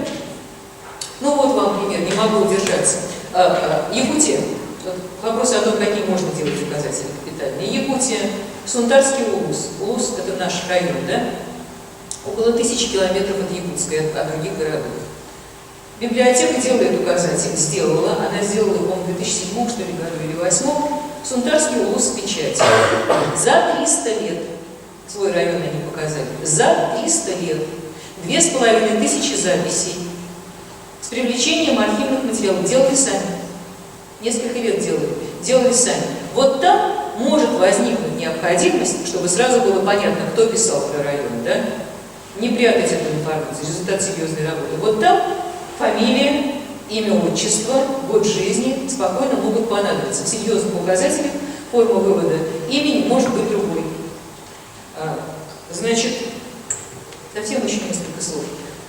Вот теперь разница между заголовком и вот этой другой формой имени. Понятно? Понятно. Не обезьянничайте, прошу прощения за резкое слово. Не считайте, что в заголовке это с инверсией Сивкова А за косой палочкой автоматом А Сивкова. Ничего подобного. В одном случае точно как в издании, до миллиметра точно. В другом случае вы определяете все сведения в стандартной форме. И дальше. Сколько бы у вас это Сивкова не писала, запись такая авторитетная создается один раз. И дальше, если у вас следующая публикация, вот она автор. И, кстати, обратите внимание про связь этих двух авторитетных файлов. Если они и написали, она всегда у вас будет жить в единственной стандартной форме, вот в той, которую вы выбрали. Что значит всегда? Это не означает, что, допустим, вы ошиблись, вот, допустим, вы сделали вот эту запись авторитетную, а потом вам кто-то пришел и сказал, да вранье это все, она на самом деле не Николаевна, а Никифоровна. И вообще, да, в документах там что-нибудь не так. Вы эту авторитетную запись всегда можете исправить. Абсолютно всегда. И тогда, поскольку это в базе, и поскольку нормальная библиографическая база опирается на авторитетные записи, и ничего в библиографическую запись из вот этих вот нормируемых элементов нельзя внести с руки, нельзя внести с клавиатуры, а только прицепить соответствующий авторитетный. Как только вы поменяете там, во всех библиографических записях, прежде сделанных, там, где она Николаевна, автоматически она превратится в Никифоровну. Вот понятно, да? Эта штука живая, подвижная, нормальная. Не надо бояться того, что вы там что-то напишете. И более того, далеко не всегда можно авторитетную запись создать сразу во всей полноте. Да вы еще и не знаете, сколько-то времени ее отчество. Вот какой-нибудь тяжелый случай, да? Какой-нибудь Иванов Иван, и вообще неизвестно, кто он там, имя, да? Значит, когда вы работаете с авторитетной записью, программа вам разрешает всегда ограничиться только одним элементом, начальным именем. Хотя бы фамилию укажете. А дальше что вы делаете? Смотрите, через вас идет в эксперты, через вас идет литература. Вот сейчас вы смогли указать только его фамилию. Ну, еще, значит, там, ничего больше. Дальше вот появляется еще какая-то статья. И вы смотрите, это же фамилия. Вы смотрите, у меня нет ли этого человека уже. Есть, но так мы еще не знаем, тот или не тот. Если вы считаете, если есть основания считать, что это он же, а там уже добавлено, вот судя по тексту, да, что он там Иван, допустим, и что он вообще художник. Выставка какая-то, вот он там молодой художник. Вы вписываете из нового документа туда в авторитетную запись то, что вы еще дополнительно узнали. А потом что-то еще, и где-то в какой-то еще статье написано, что он уроженец там Вильборд, да, села. Дописали туда, видите, куда надо, да? А дальше еще что-то, и он, допустим, прошу прощения, помер, к сожалению, бывает, да? И вы сразу скобочки-то открыли и закрыли, и у вас постепенно эта информация накапливается, но только надо, как надо мыть руки перед едой, надо абсолютно привыкнуть. Вот в эту, туда таскать любой корпус. Когда вы отрабатываете документ, библиографируете, сначала там в авторитетной записи ее накормить, да, ее расширить, записать, и потом уже вот привязывать и делать из этого заголовок или предметную рубрику. Принципиально важно, я говорила о связи вот этих двух вещей, принципиально важно, что авторитетная запись на человека, который автор, и на него же в качестве персоны, она абсолютно одинаковая. По-хорошему, программа должна вам это предлагать, чтобы вы заново не формулировали и не переписывали. Это так получилось исторически, что это два авторитетных файла. На самом деле, нужно, чтобы они были одинаковыми. Абсолютно. Желательно одни и те же. Вот это основа нормальной, чистой, аккуратной библиографической работы. Ну вот как бы так самое главное. Я, по-моему, на 4 минуты перестаралась. Вот с этим, скажите, пожалуйста, это важно. Вот это понятно? Понятно? Вот если сейчас не работаете через авторитетный файл, значит, будете работать в ближайшее время, потому что без этого библиографическая база как без головы. Еще одно слово скажу про авторитетный файл, сэкономлю потом на чем-нибудь другом. Простите, что задерживаю. Авторитетный файл, как голова библиографической базы, это да, без него нельзя, без него возникнут параллельные ряды, и вы одного и того же человека будете описывать по-разному, но он одновременно незаметный такой голова вашего сайта. Помните, я говорила, что нам очень важно раздробить материал, представить очень подробно, до предмета, до имени, помните? А вот теперь смотрите, у нас есть через что связывать. Вот у нас сидит этот диспетчер тайный, да? И мы через него все вяжем. Вот этот человек в фактографической базе у нас, а вот авторитетный файл. Мы выйдем через авторитетный файл вот туда, в фактографическую базу. Он у нас в библиографической базе. Мы хотим показать, что у нас есть этого автора. Мы идем через авторитетный файл. Он нам говорит, вот смотрите, да, мы через него прыгаем в библиографическую базу. Мы создали какой-то ресурс про него специально, авторитетный файл показывает. То есть, когда к вам приходит человек и говорит, мне бы про Куратова, Куратов, вы знаете, его просто нельзя среди ночи разбудить. Допустим, он не такой безумно известный. Да? И в русской культуре тоже. Мне про Куратова. Что вы делаете? Да даже если вы вчера пришли на работу, вот никогда не работали в библиотеке, да? Вы открываете авторитетный файл, и он вам показывает все связи, куда можно пойти. Более того, в самом авторитетном файле предметы разные. Про авторитетный файл предметных рубрик я имею в виду. Все предметы связаны. Посмотрите, с Куратовым что-то связано у вас. Куратов где-то родился. Значит, у вас от авторитетной записи на Куратова будет связь. Смотри так же, что вот этот населенный пункт.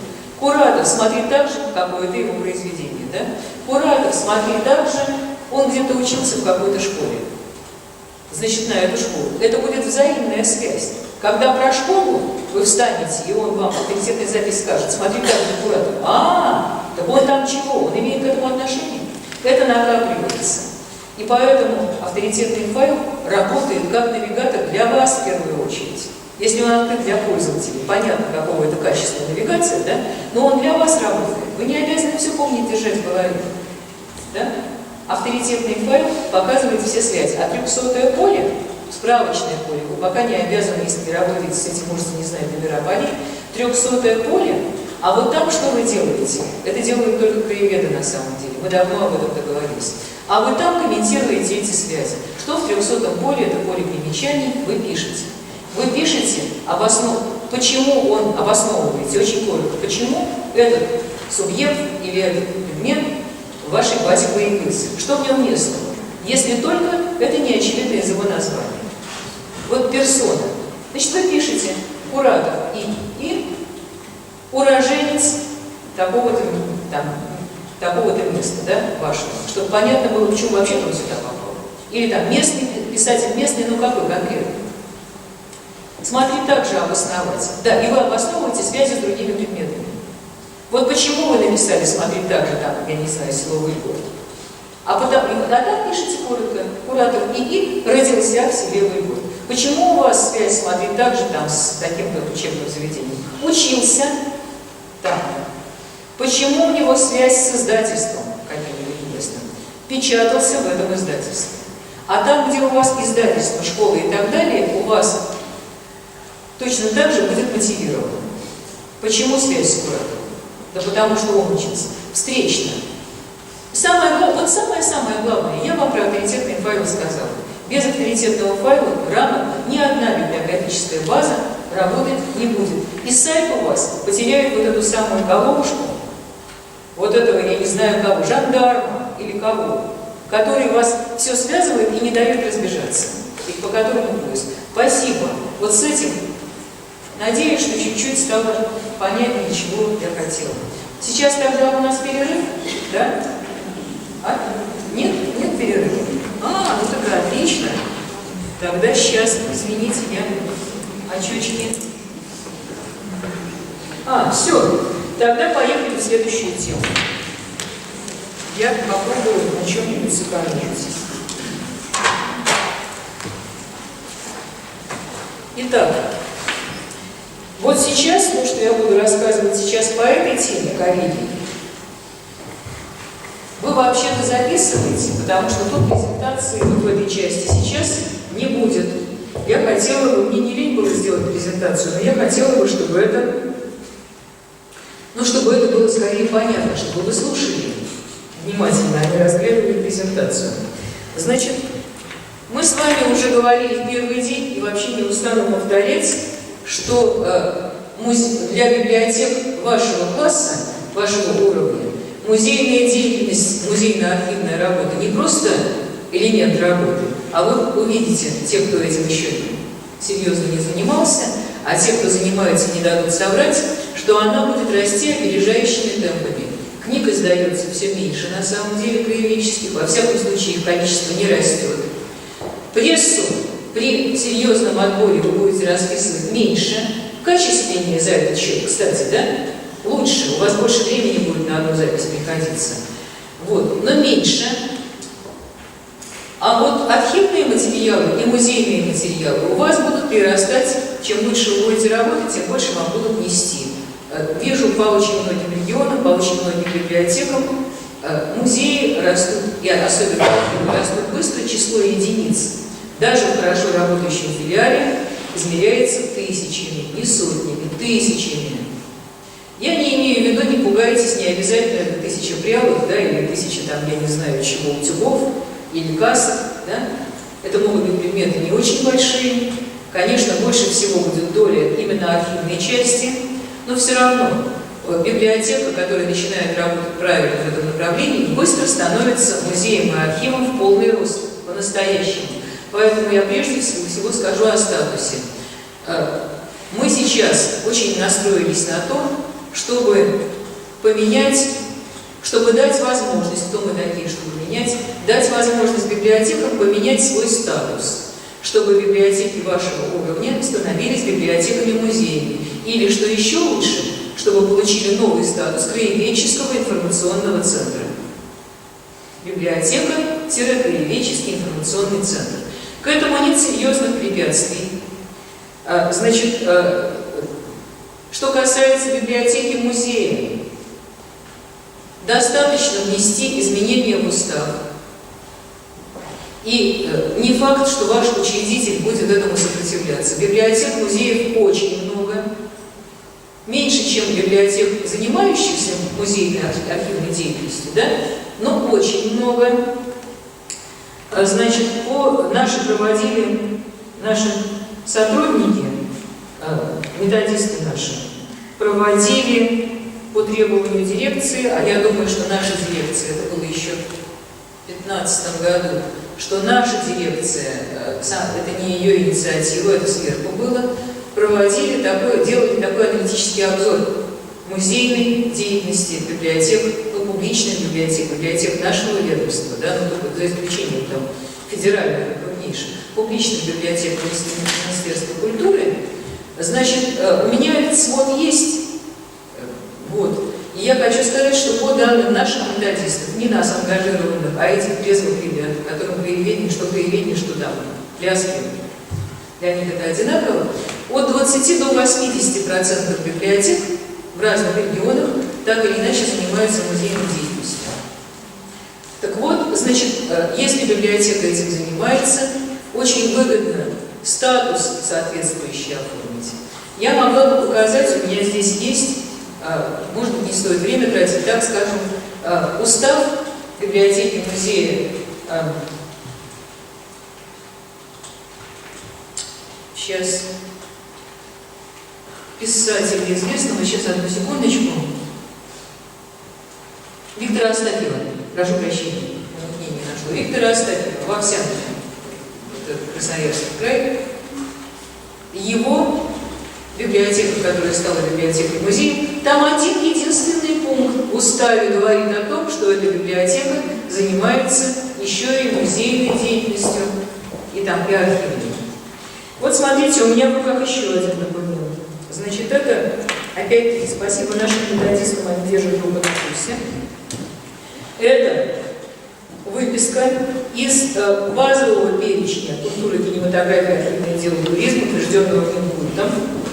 Это на сайте БАС.РУ, начальники знают этот сайт, там, где все про эти всякие услуги и госзадания. И вот тут выписаны только те услуги, в которых библиотека участвует.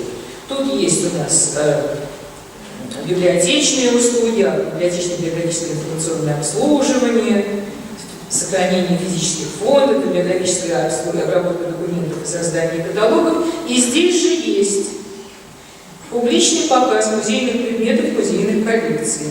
Так? И, кстати, и простой, и удаленный. Тут есть формирование, учет, изучение, обеспечение физического сохранения и безопасности музейных предметов, музейных коллекций. Тут есть осуществление реставрации и консервации музейных предметов, музейных коллекций. Это включено в те позиции, по которым публичные библиотеки имеют полное право, тут с номерами, со всякими казенными штуками, не буду вам голову этим морочить, но это абсолютно это вещи, которыми это не подпольное, это то, что библиотеки имеют полное право отчитываться, планировать и так далее. Кстати говоря, некоторые из этих услуг платные. То есть библиотека имеет право получать за это деньги. Дело совести библиотеки и конкретной ситуации. Какие она суммы будет брать, да, можно там. Неважно. Проходим. Итак, эта деятельность абсолютно законная. И я уже говорила о том, что, видимо, просто введение нового закона о музейном деле, я еще раз проверила, да, было это о музейном фонде Российской Федерации и музеев Российской Федерации, который должны были ввести с 1 января 2017 года, видимо, только откладывается. Но там будет предусмотрено, все будет прописано для таких учреждений, которые в своем составе имеют музейное подразделение. Судя по тому, что рассказывают специалисты, этот этот закон будет немножко адаптирован к этой ситуации, чуть-чуть понижен требованиями с учетом этого. Теперь о том, как появляются, какие ситуации приводят к тому, что библиотека становится библиотекой музея. Ну, первое, понятно, она сама растет в этом направлении, в какой-то момент просит, чтобы ей статус такой дали, да? И мы будем пытаться вот этот статус клинического информационного центра пробивать, разрабатывать. Другая ситуация. В отличие от библиотек районных и ваших маленьких филиалов, музеи не защищены, их финансирование не имеет защищенной строки в бюджете.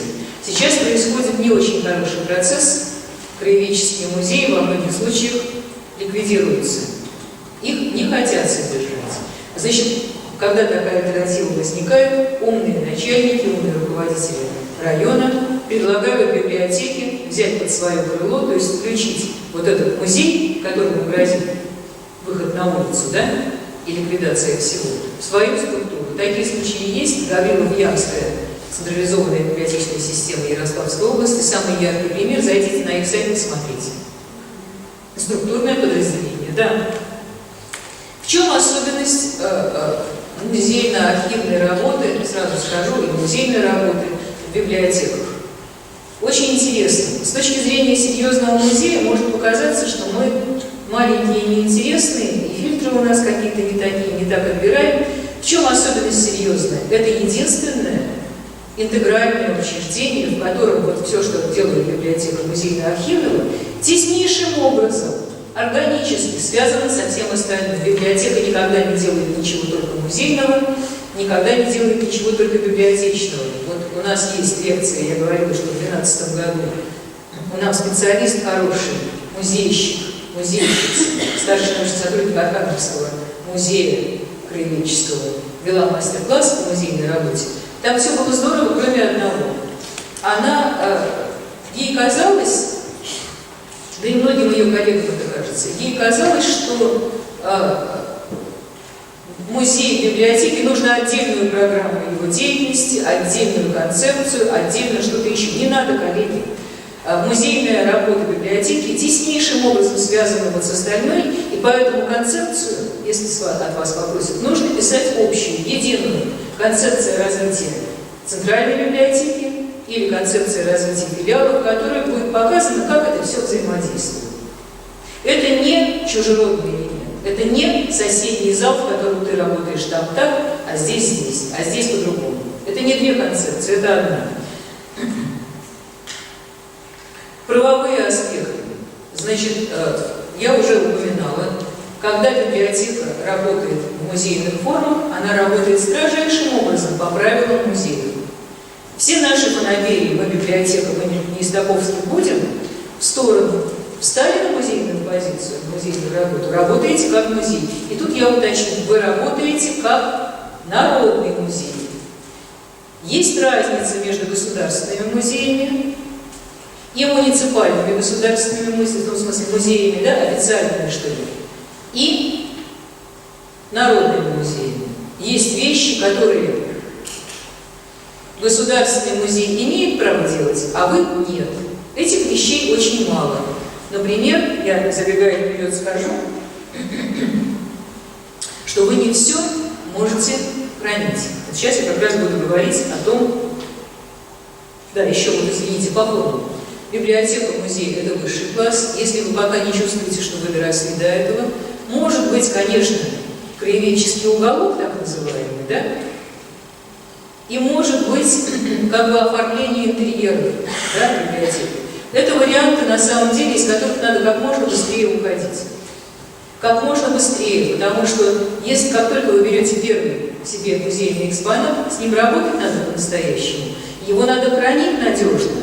И вот тогда, если вы так вот считаете, что вы лет 15 ближайших краеведческим уголком обойдетесь, и ваше отношение будет видно тем, кто вам принесет или не принесет это, да?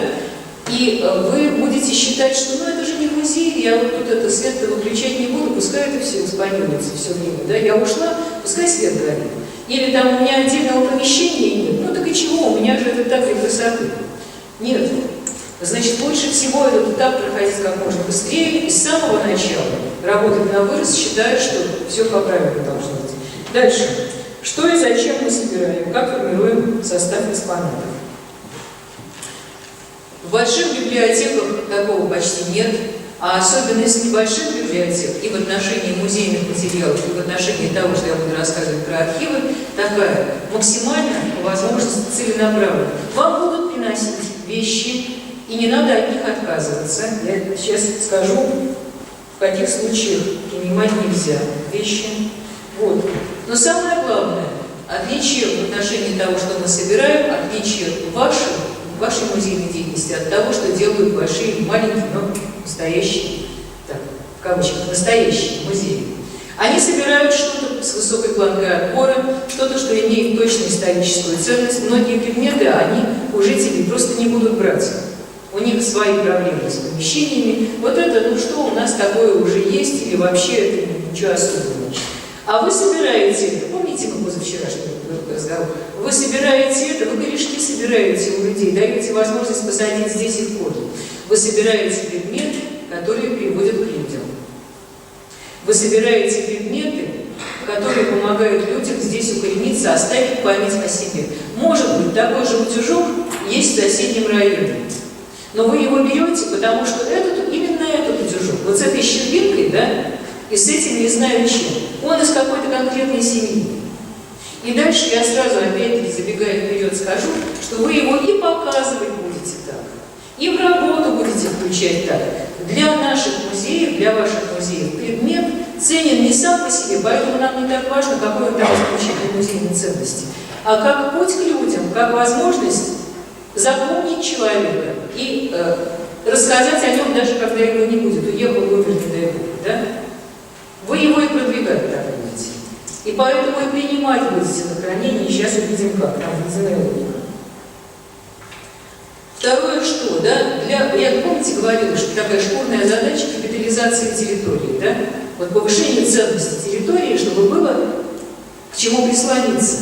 Музей – это хорошая возможность показать, как много тут интересного.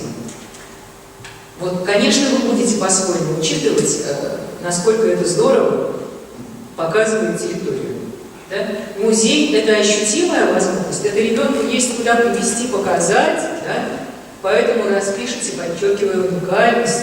и ценности, нигде больше этого нет. Я думаю, что у вас музей должны быть потрясающие, потому что комик-культура вообще фантастическая. Преклоняюсь перед самой культурой и перед тем, как вы ее бережно сохраните. У вас много чего найдется. Дальше. Есть опасность собирать только то, что несут. Да? Вот утюги, прялки, я могу сразу сказать, что будут нести. Еще самовары, иногда будут реже, но в основном это будут утюги и прялки и некоторые предметы быта. Почему? Потому что они лучше всего сохранились. Если бы мы с вами были не здесь, а на местах боев в Новгородской области, вам бы принесли еще каски, ржавое оружие, пули и чего-нибудь еще из окопов. До сих пор находят очень много. Значит, вы это будете принимать. Но вы постараетесь сразу стимулировать, вы сразу старайтесь сделать так, чтобы вам понесли то, что надо. Смотрите, работайте акциями, объявите у вас в библиотеке сайт для чего, поговорили про анонсы.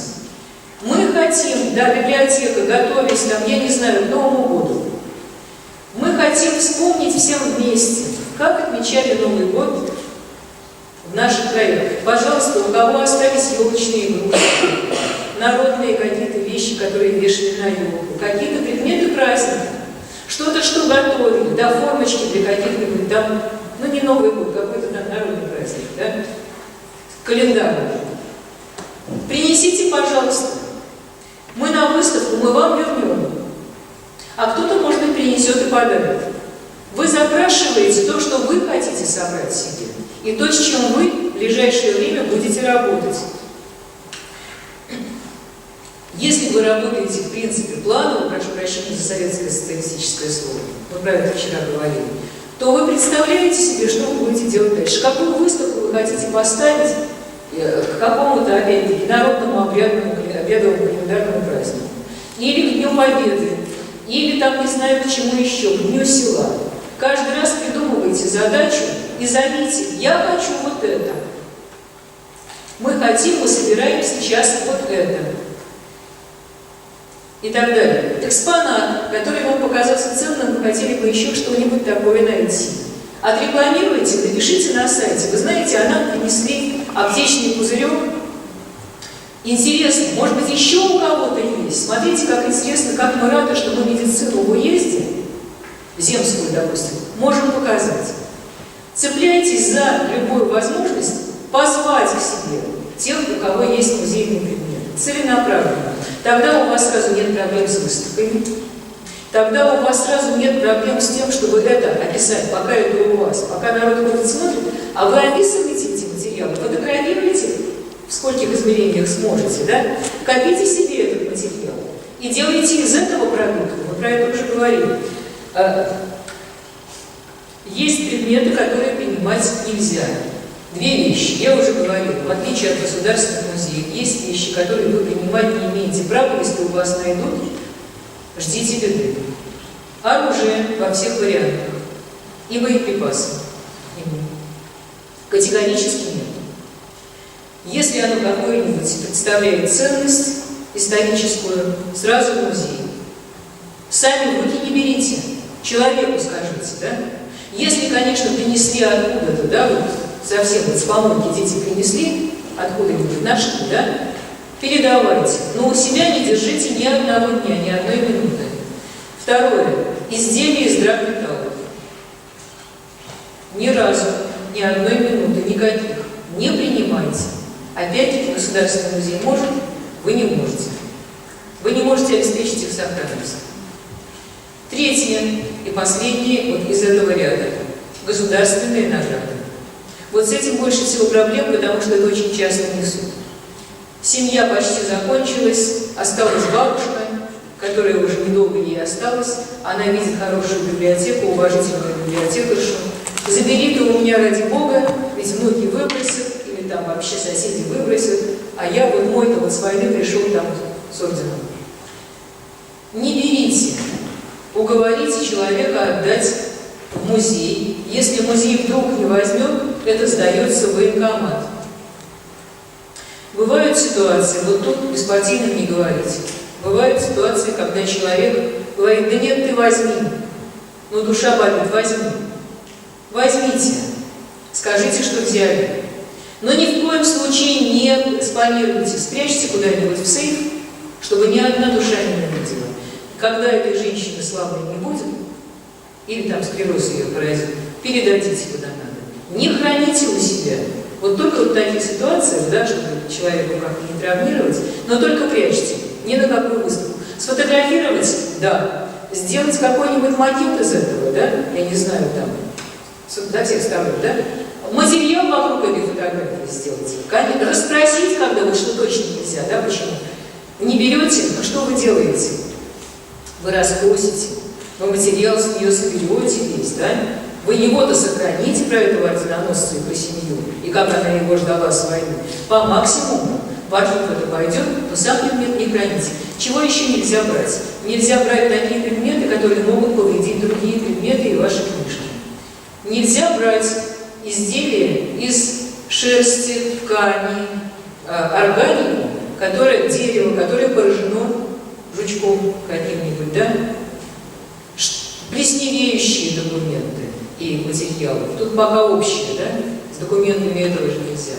Категорически нельзя их брать. Если они представляют ценность, вам принесли, не оставляя ни на день в библиотеке, находите возможность где-нибудь это отреставрировать, я не знаю, понятно, да, прокалить, если это возможно, да, промыть, отреставрировать и только после этого забрать к себе.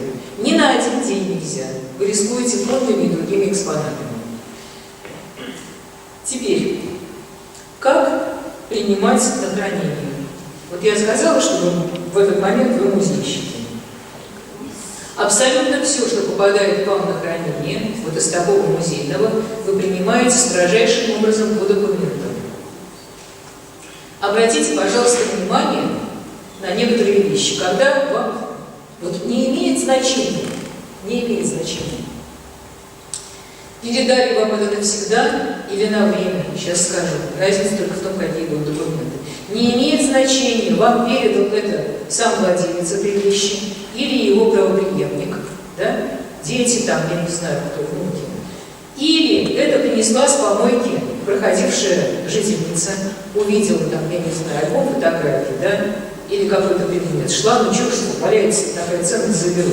Или это нашли дети, или это вы принесли из дому, или это библиотека сделала в процессе работы, или это макет, который изготовлен по вашему поручению. Все, что вы принимаете на хранение, вы принимаете по документу. Составляется акт приема на хранение, на постоянное или на временное.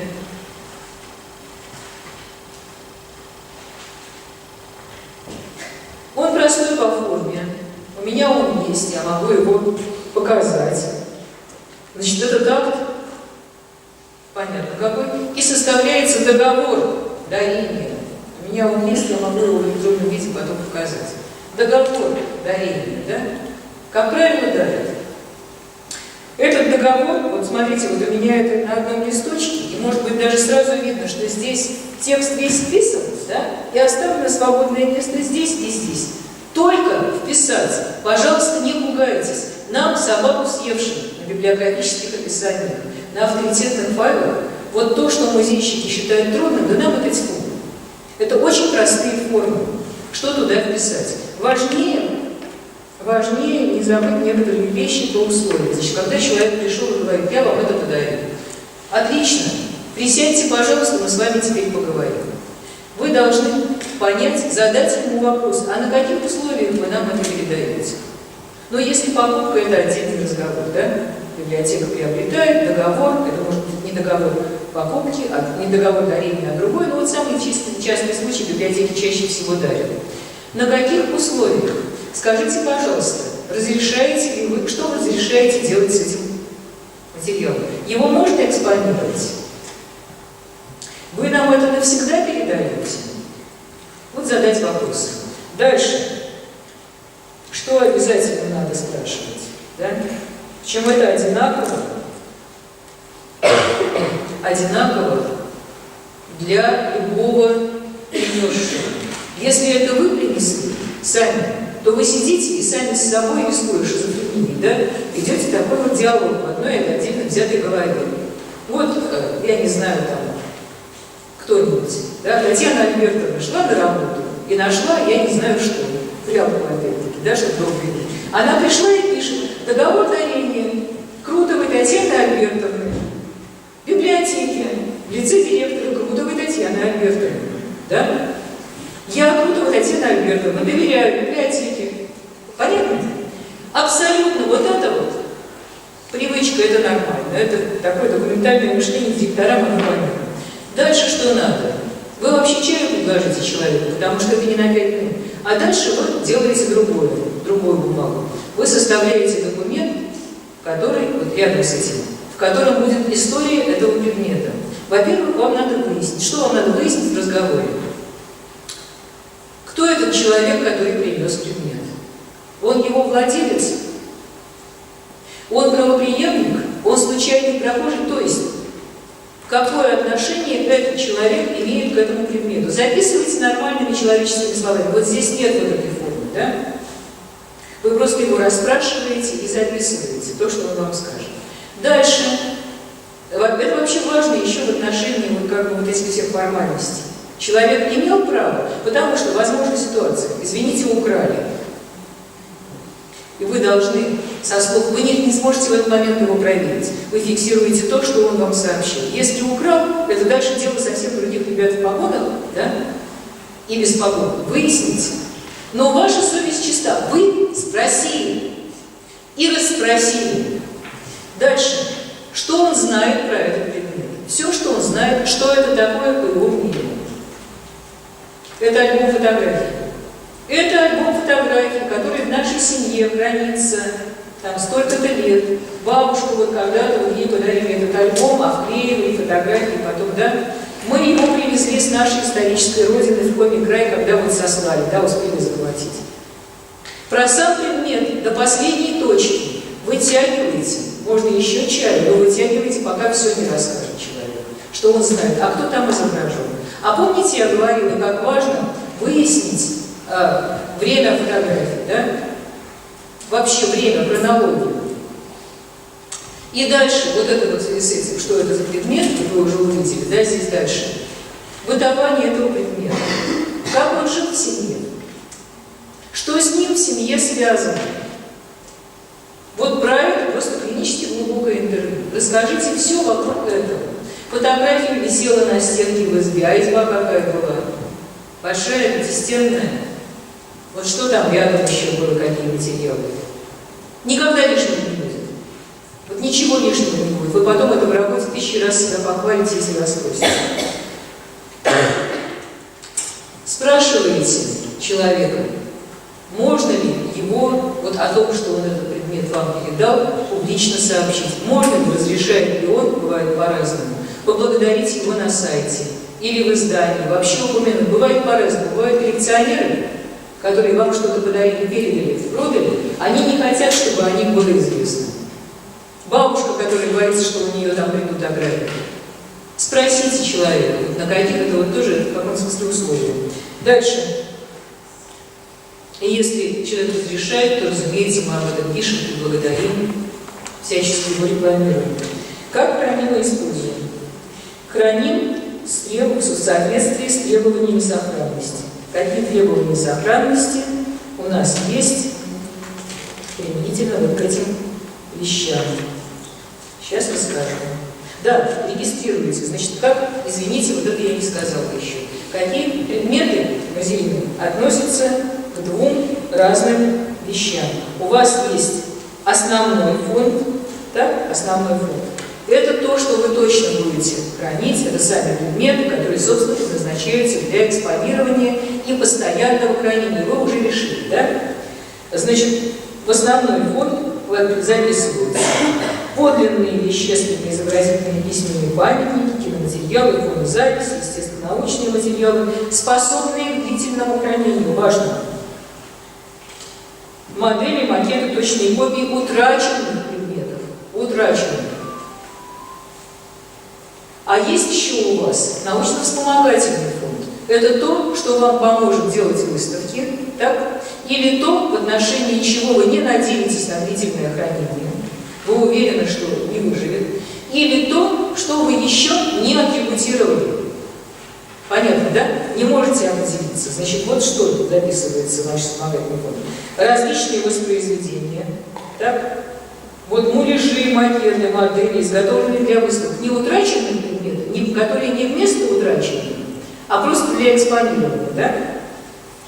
Естественно, научные образцы, не подлежащие длительному хранению, гербарии, зерновые, плоды всякие, да? И могут записываться подлинные предметы, требующие более длительного времени для атрибуции, или предметы плохой сохранности. Это научно-вспомогательный фонд. Ну, на самом деле понятно. Вы и то, и другое, у вас есть книга поступлений на основной фонд и на вспомогательный. Ничего страшного. При любой интенсивности вашей работы вы не будете получать по несколько экспонатов в день. Книга поступлений основного фонда проще, чем то, с чем умеют делать библиографы. Значит, я сброшу в свою папку вот эту консультацию. Я сейчас, вы догадались, я по ней иду, да, я не музейщица. Я ее сброшу. Значит, то, что там уважаемая музейный специалист пишет про концепции, можно пропустить, а вот то, что я вам сейчас рассказываю про форму, вот оттуда все возьмите. Там все правильно. Ничего страшного в этом. Там 9 граф. Они записываются гораздо легче, чем у нас описание делается. Вот. Книга учета научно-вспомогательного фонда, там еще проще. Там 5 граф, например, там графа номер, первая графа, вторая. Описание, собственно, что это? Документы об Александре Степановиче Кучине, да? Какие-нибудь там. Третья. Сколько документов на скольких листах? Четвертая. Откуда получено? Да? Пятая. Стоимость примерно по оценке. Все. Значит, теперь как хранить? Рассказываю про условия хранения. Самая большая опасность связана со светом. Свет, особенно естественный солнечный свет, который способствует не только выцветанию предметов, но и их разрушению. Вы этого сразу не увидите, когда вы увидите, будет поздно. У вас, пожалуйста, при любой возможности выделите для музейной коллекции, именно для коллекции, хоть маленькое помещение, хоть чуланчик, но такое, в котором можно выключить свет, когда библиотека работает. Такое, в котором можно зашторить окна, когда вам хочется их открыть. Северный край, да, хочется, чтобы все шторы были, да? А вы этого не делаете. Минимум света. Вот для хранения минимум света. Лишний раз не включайте, не открывайте. Электрический свет не так страшен. А вот солнечный. И когда вы у себя расставляете экспозицию, постарайтесь сделать так, чтобы на нее не падали прямые лучи солнца. Понятно, да? Вот так расположите просто боком к окну, да? Как-нибудь на дальней от окон части помещения. Учитывайте это. Особенно губителен свет для предметов из органических материалов. Фотографии ни в коем случае не экспонируйте в оригинальном виде. Мне очень понравился Город-Кировский музей. Но заодно убил бы сразу, как увидел, прям душа замерла. Открывается дверь в музей, пол. Кто бывал, помните, да? Что мы видим в поле? По этой стенке и по этой стенке. Оригиналы фотографий убить мало. Оригиналы фотографий. Почему еще нельзя? Да, и, значит, особенно бережного отношения требуют акварельные рисунки. Это то, что касается света. Да, еще хотела сказать по поводу света. Заведите себе зеленые, темно-зеленые тряпочки. Именно темно-зеленые. Не знаю почему. Так учат наши реставраторы, так делают все. И музейщики так делают. У вас витрина? Или у вас он висит на стенке? Когда вы не экспонируете, когда вы сейчас не показываете выставку, или вы куда? Вот этой тоненькой шторкой, или положите ее в витрину, или завесьте. Вот будете показывать, вы ее отдернете. А пока не показываете, пусть они там себе спят и не разрушаются. Значит, зеленая, темно-зеленая тряпочка. Да, для чего благоприятен свет? Только для 3 вещей. Вот это можете прямо вот. Масляная темперная живопись. Пожалуйста, она любит цвет. И та, и другая.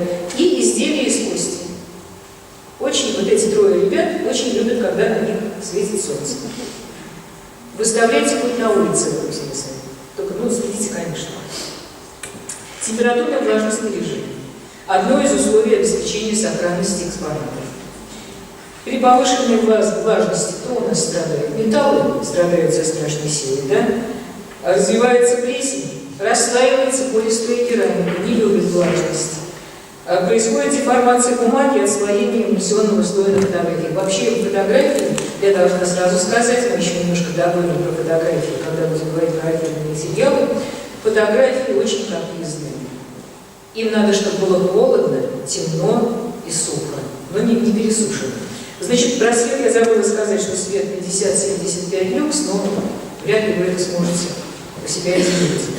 Вот, температурная влажность. А при пониженной влажности происходит потеря эластичности во всех гигроскопичных материалах, во всех, которые привыкли к себе влагу забирать. Дерево, бумага, особенно, да, ломкая становится. Пониженная влажность еще хуже. А самое плохое – это перепад температуры и влажности. Вот поэтому Город-Кировский музей мне хотелось убить сразу всех, какой он интересный, как жалко. Потому что дверь открывается, мы были осенью, поток воздуха пошел к этим фотографиям, дверь закрыли, а там еще от батареи тепло, и вот это самый верный путь, потому что у вас скоро этих фотографий не будет вообще. Поэтому понятно, что надо сделать. Не кладите музейные экспонаты, как бы вам не хотелось, оригиналы, в том помещении, где открывается дверь с улицы. Не надо. Защитите или под стеклом они у вас, да? То есть, чтобы вот этого перепада температуры и влажности не было. Еще, вот я уже сказала, что музейные предметы надо защищать от биологических повреждений. Мало того, что вы не принимаете, да, вот такие угрожающие, вы по возможности посматриваете на то, что у вас уже лежит. Мало ли кто случайно занес какой-нибудь микробик, да? Посматривайте в сторону органических материалов и не используйте в оформлении выставок вообще никогда шерстяные ткани и войлок. Вот, смотрите, у вас с экспонатами все в порядке, но вы решили для красоты, я не знаю, подстилочку под экспонаты, да, войлочную. Ни в коем случае. Не шерсть, ни войлок. Вы сами не заметите, как вы несете какую-нибудь ужасную заразу под это дело. Теперь, как оформлять выставки? Картины, фотографии, легкие планшеты. Ну, как правило, подвешивают на штангу. Это понятно, да? При подвеске картин и таких вот подвешиваемых штук они равняются всегда по нижнему краю. Ну, это вот из опыта, да? Всегда равняются по нижнему краю. Это для красоты. Зрительный пояс. Пространство наиболее комфортное для просмотра от 70 до 170 сантиметров от уровня пола. Ниже не ставите и выше бессмысленно. От 70, ну вот примерно, да, вот этот вот интервал. От 70 до 170 сантиметров от уровня пола. Именно здесь располагаются наиболее важные экспонаты и информация. Дальше. При оформлении выставки важно гармонично распределять крупные экспонаты и цветовые пятна. Ну, понятно, да? Чтобы не было. Но это вот очевидно. Фотографии и документы только в виде цифровых копий. Даже если у вас помещение хорошее, там не на ветру, только в виде цифровых копий. Они очень не любят показываться нигде. В музеях не принято следующее. Размещать предметы на полу, даже если он у вас чистейший, и если предмет большой. Обязательно какой-то подиум. Обязательно какая-то подставка. Даже не высокая. Хоть вот такая, но должна быть подставка. Дальше. Не принято размещать экспонаты так, чтобы один экспонат служил фоном для другого. Так не бывает. Абсолютно недопустимо категорически скреплять или сшивать ткани металлическими булавками или иголками. Категорически никогда. Только пришивать или сшивать нитками. Вот это можно. Иголок и булавок нет. Нельзя. Недопустимо прикалывать кнопками или булавками. Или приклеивать к планшетам подлинные документы. Копии, пожалуйста. А вот оригиналы, клей, упаси вас Бог, да, категорически. Кнопки и булавки никогда. Забудьте, что есть такие вещи. На полках витрин, на стендах и подиумах рекомендуется размещать 7 плюс-минус 2 предмета. То есть от 5 до 9, не больше и желательно не меньше. Как делаются тексты? Вот это наша уважаемая музейщица нам сказала. Ну, это простые вещи. Тексты бывают оглавительные, да, как они говорят, ужасное слово, название разделов и комплексов, бывают пояснительные аннотации и этикетаж, да, этикетка на самом предмете. Пояснительный, ну, пояснительные тексты содержат информацию о предмете, ту, которую человек не увидит. Что у него сбоку, что у него сзади, что у него сверху, да. Вот, тут я оторвусь от этого текста и скажу, что вот мы говорили с вами, что у нас предметы приводят к людям. Что вы делаете? Вы пишете, вот у нас стоит пресловутый утюг. Вы пишете утюг, там, я не знаю, для глажки, валек какой-нибудь, да? Для глажки, там, для стирки, для глажки, ничего, там, неважно, предмет, объясняете, что это. Датировка, да, к какому времени он относится, там, материал пишете, конечно, да, если это даже там. И дальше из семьи такой-то, передом из семьи в дар музею, из семьи такой-то, или каким человеком. А дальше рядом вы размещаете, вы же не просто музей, вы же библиотека, музей, вы размещаете хорошие, интересные тексты, не слишком длинные. Во-первых, об этой, вот что-то из проекта предмет, вот из его бытования, вот то, что вы оттуда взяли, то, что вы записали, если вы умные, да? А во-вторых, вы добавляете сюда то, что вы хотите добавить из своих материалов. Цитату из книжки, вот про это же, да? Что-то из архивного материала. То есть вы рядом с этим предметом, используя его как провокацию, впихиваете, вкладываете то, что у вас есть на эту тему. Вот интеграция, да, где? Вот так это работает. Еще одна вещь, про которую важно сказать.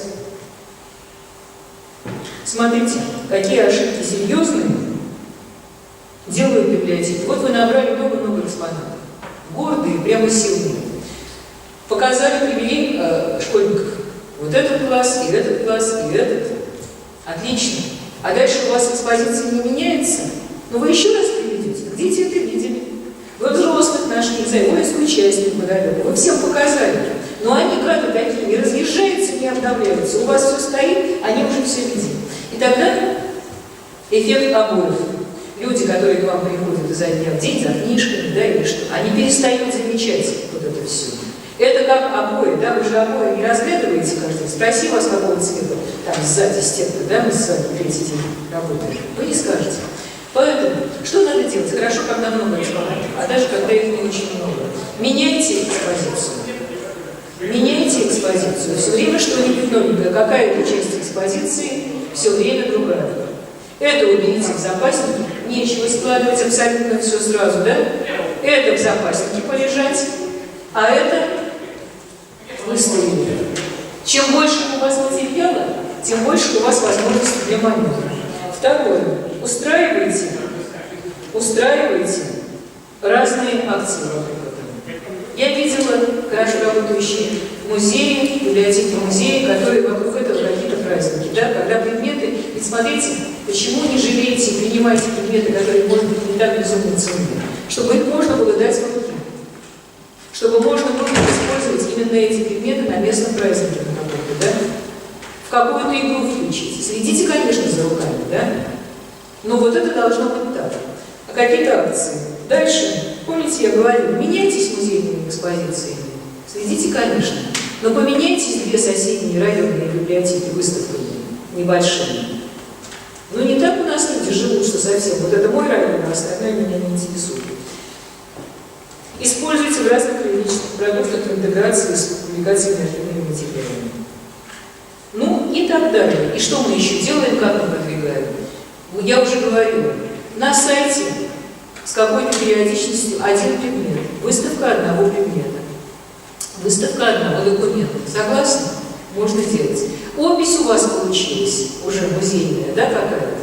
Выставляйте, напишите, у нас новая ценная, мы готовим экспозицию вот такой-то выставки. Все, про музей я сказала все, у нас время летит как-то катастрофически, но на самом деле я сейчас сэкономлю немножко на архивах, потому что очень много общего. Архивные документы точно так же вы принимаете не с такой степенью строгости, как это делает настоящий архив. Вам понесут документы архивные, еще и потому, что музеи не все возьмут, архивы, извините, не все возьмут. А вы берите подлинные документы, и сразу хочу сказать, копии документов для вас, и не только для вас, точно так же важны, как оригиналы, аутентичные копии. То есть, если, помните, я говорила, выставка материалов из семейных архивов, не надо просить, чтобы вам семейные архивы отдали. Семейный архив должен жить дома. Да? Нельзя лишить семью памяти. Что вы делаете? Вы спрашиваете, а можно ли нам скопировать? Если разрешают, то для того, чтобы копия была аутентичной, вы ее сканируете с высоким разрешением. Обратите, пожалуйста, внимание, сканировать документ, кстати, печатный тоже, без ущерба ему, без вреда для него, это говорят наш Центр консервации, Федеральный центр консервации библиотечных фондов, специалисты биологии высокого класса, можно только один раз, повторяю еще раз, не говорите, что не слышали, только один раз. Это имеет отношение и к фондам вашим книжным, на любой бумаге, и вот к этому. Поэтому вы один раз сканируете документ с максимально возможным в ваших условиях разрешения, но никак не меньше 300 dpi, да, 300 точек, с тем, чтобы больше никогда его не сканировать. Вот дальше все, что вам надо будет с этой мастер-копией, пользовательские, да, что-то из этого использовать в каких-то продуктах, вы работаете только с этой скан-копией. Только с ней. Поэтому, кстати, вы ее храните, чтобы она у вас никуда не пропала. Нельзя повторно. Почему нельзя? Потому что, когда вы сканируете, удар световой возникает. А про свет я уже говорила. Свет нельзя использовать, он очень опасен для предметов, и он еще более опасен для документов. Вот сейчас я вам буду еще говорить, кстати говоря, сразу. Да, архивные документы принимаются на хранение. То есть все то же самое, на чем я могу сэкономить, все то же самое с целенаправленностью сбора. Да? Вам документы несут, но вы еще и объявляете, о чем вы хотите. А мы хотим военные песни, а мы хотим, я не знаю, во многих семьях, не знаю, как у вас, велись как такие, памятные книжки домашние, записи домашние, да? Бывает. Мало ли что. Вы сами решаете, чего вы хотите попросить у людей. И говорите, мы копии сделаем. Мы сделаем копии, мы вам вернем. Принимаются ровно так же. Только обратите, пожалуйста, внимание. Там есть свои формы. И вам, да, самое главное, точно так же, работая с архивом, как вы там по музейным правилам работали, а вот здесь маленькая тонкость, но принцип тот же. Вы работаете строжайшим образом по архивным правилам. Вот я вам сказала, что вы работаете как народные музеи, а вот в архивах разницы нет никакой. Самый маленький архивеночек, который где-нибудь там в селе, он работает ровно по тем же правилам, абсолютно по тем же правилам, что и какой-нибудь государственный архив Российской Федерации. Правила едины. Никакого выпендрежа. Мы тут библиотечные, нам это все не указ. Если вы соблюдаете вот этот подход, то тогда у вас есть надежные консультанты. Как музейщики вам придут помогать, так и архивисты вас будут учить.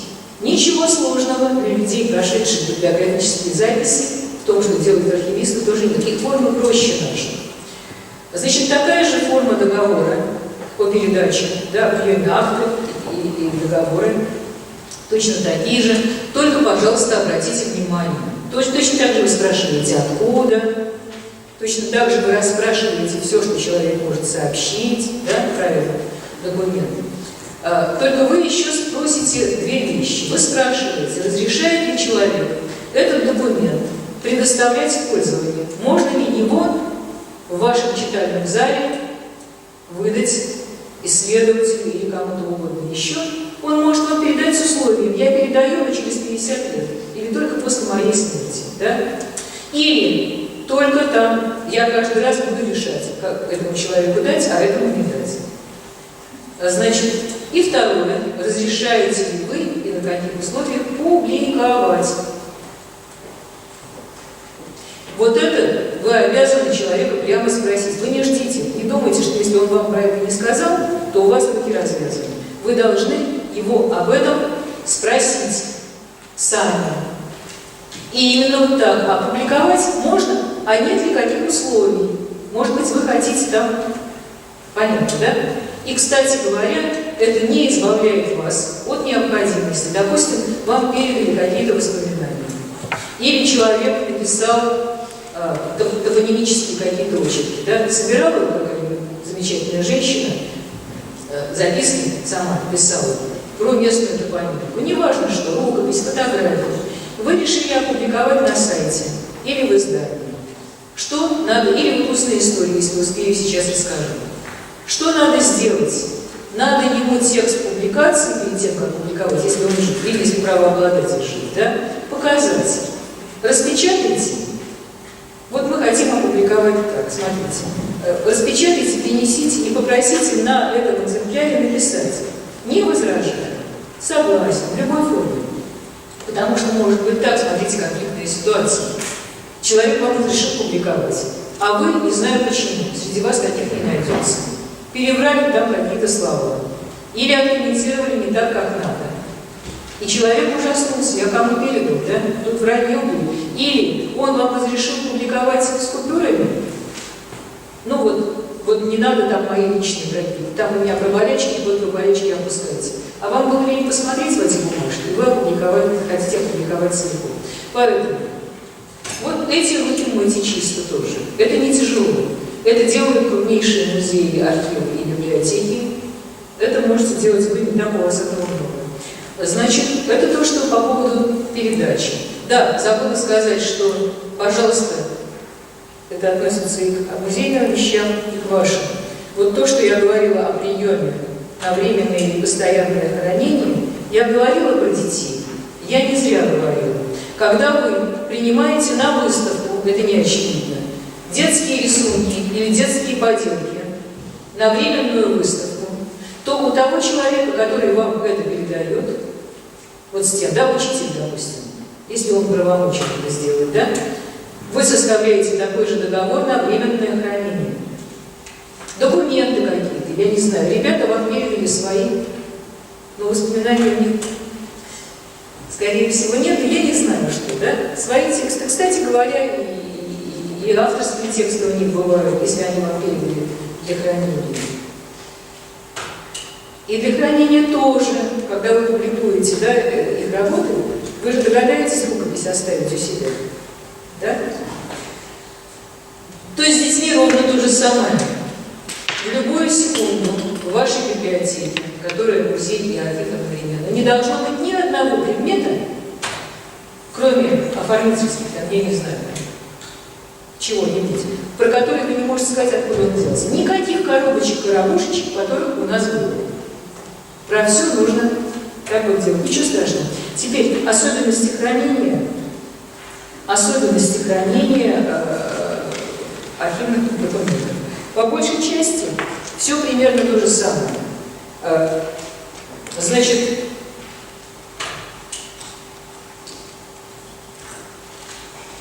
температурно-влажностный режим для документов, кстати, для фондов тоже, в пределах 18 градусов. Идеальный режим 18 градусов. Не перегревайте и не морозьте. И, соответственно, влажность 55%. Вот около того. Когда вы всерьез начнете работать с музейными архивными материалами, если вдруг какой грант, или если вдруг денежка появится, ну вдруг, вот эти приборы, они вам для общих фондов. Прибор, да, который позволяет следить за влажностью, за температурой и влажностью, они недорогие. Чтобы он у вас был там, где у вас хранятся особенно уникальные материалы. Стойкое возрастание влажности выше 65%, это говорят наши реставраторы, и при температуре выше 10 градусов способствует биологическому повреждению любой бумаги, и чем выше будет температура при такой влажности, тем быстрее у вас пойдет разрушение. При снижении влажности до 45% можно считать, что ваши документы в безопасности. даже если будет температура расти. Вот для таких документов. Даже в случае повышения температуры до 22 градусов. Вот это пределы нормальные. Но точно так же для документов наиболее губительными являются колебания, в том числе циклические вот эти, да, по временам года. Старайтесь поэтому, вот я говорила, храните в таком виде, чтобы на них вот эти смены погоды и температуры не очень действовали. Значит, действие света, в смысле бумаги, особенно опасно для бумаги, которая содержит древесную массу. Вообще у нас в головах все наоборот, у меня тоже было, пока не просветили. Бумага 19 века, так называемая тряпичная, она переживет нас с вами и еще наших детей и внуков. Она, понятно, да, какая, знаете, плотная такая бумага, знаете, 19 века. С ней вообще ничего не случится. Бумага древесная, сейчас вспомните газеты, да? Особенно газеты времен там гражданской войны, советских первых, они ломкие, желтеющие. Вот эти в угрожающем положении, вы можете их потерять. Значит, хранение документов точно так же под прямыми лучами дневного или солнечного света недопустимо. Ну, в темноте я говорила, светозащитные фильтры, жалюзи, зелененькая тряпочка, темно-зеленая, да, которая их закрывает. Вот. Способ хранения. Как можно хранить еще? Документы надо группировать по видовому признаку. Что я имею в виду? Архивные материалы в одном месте,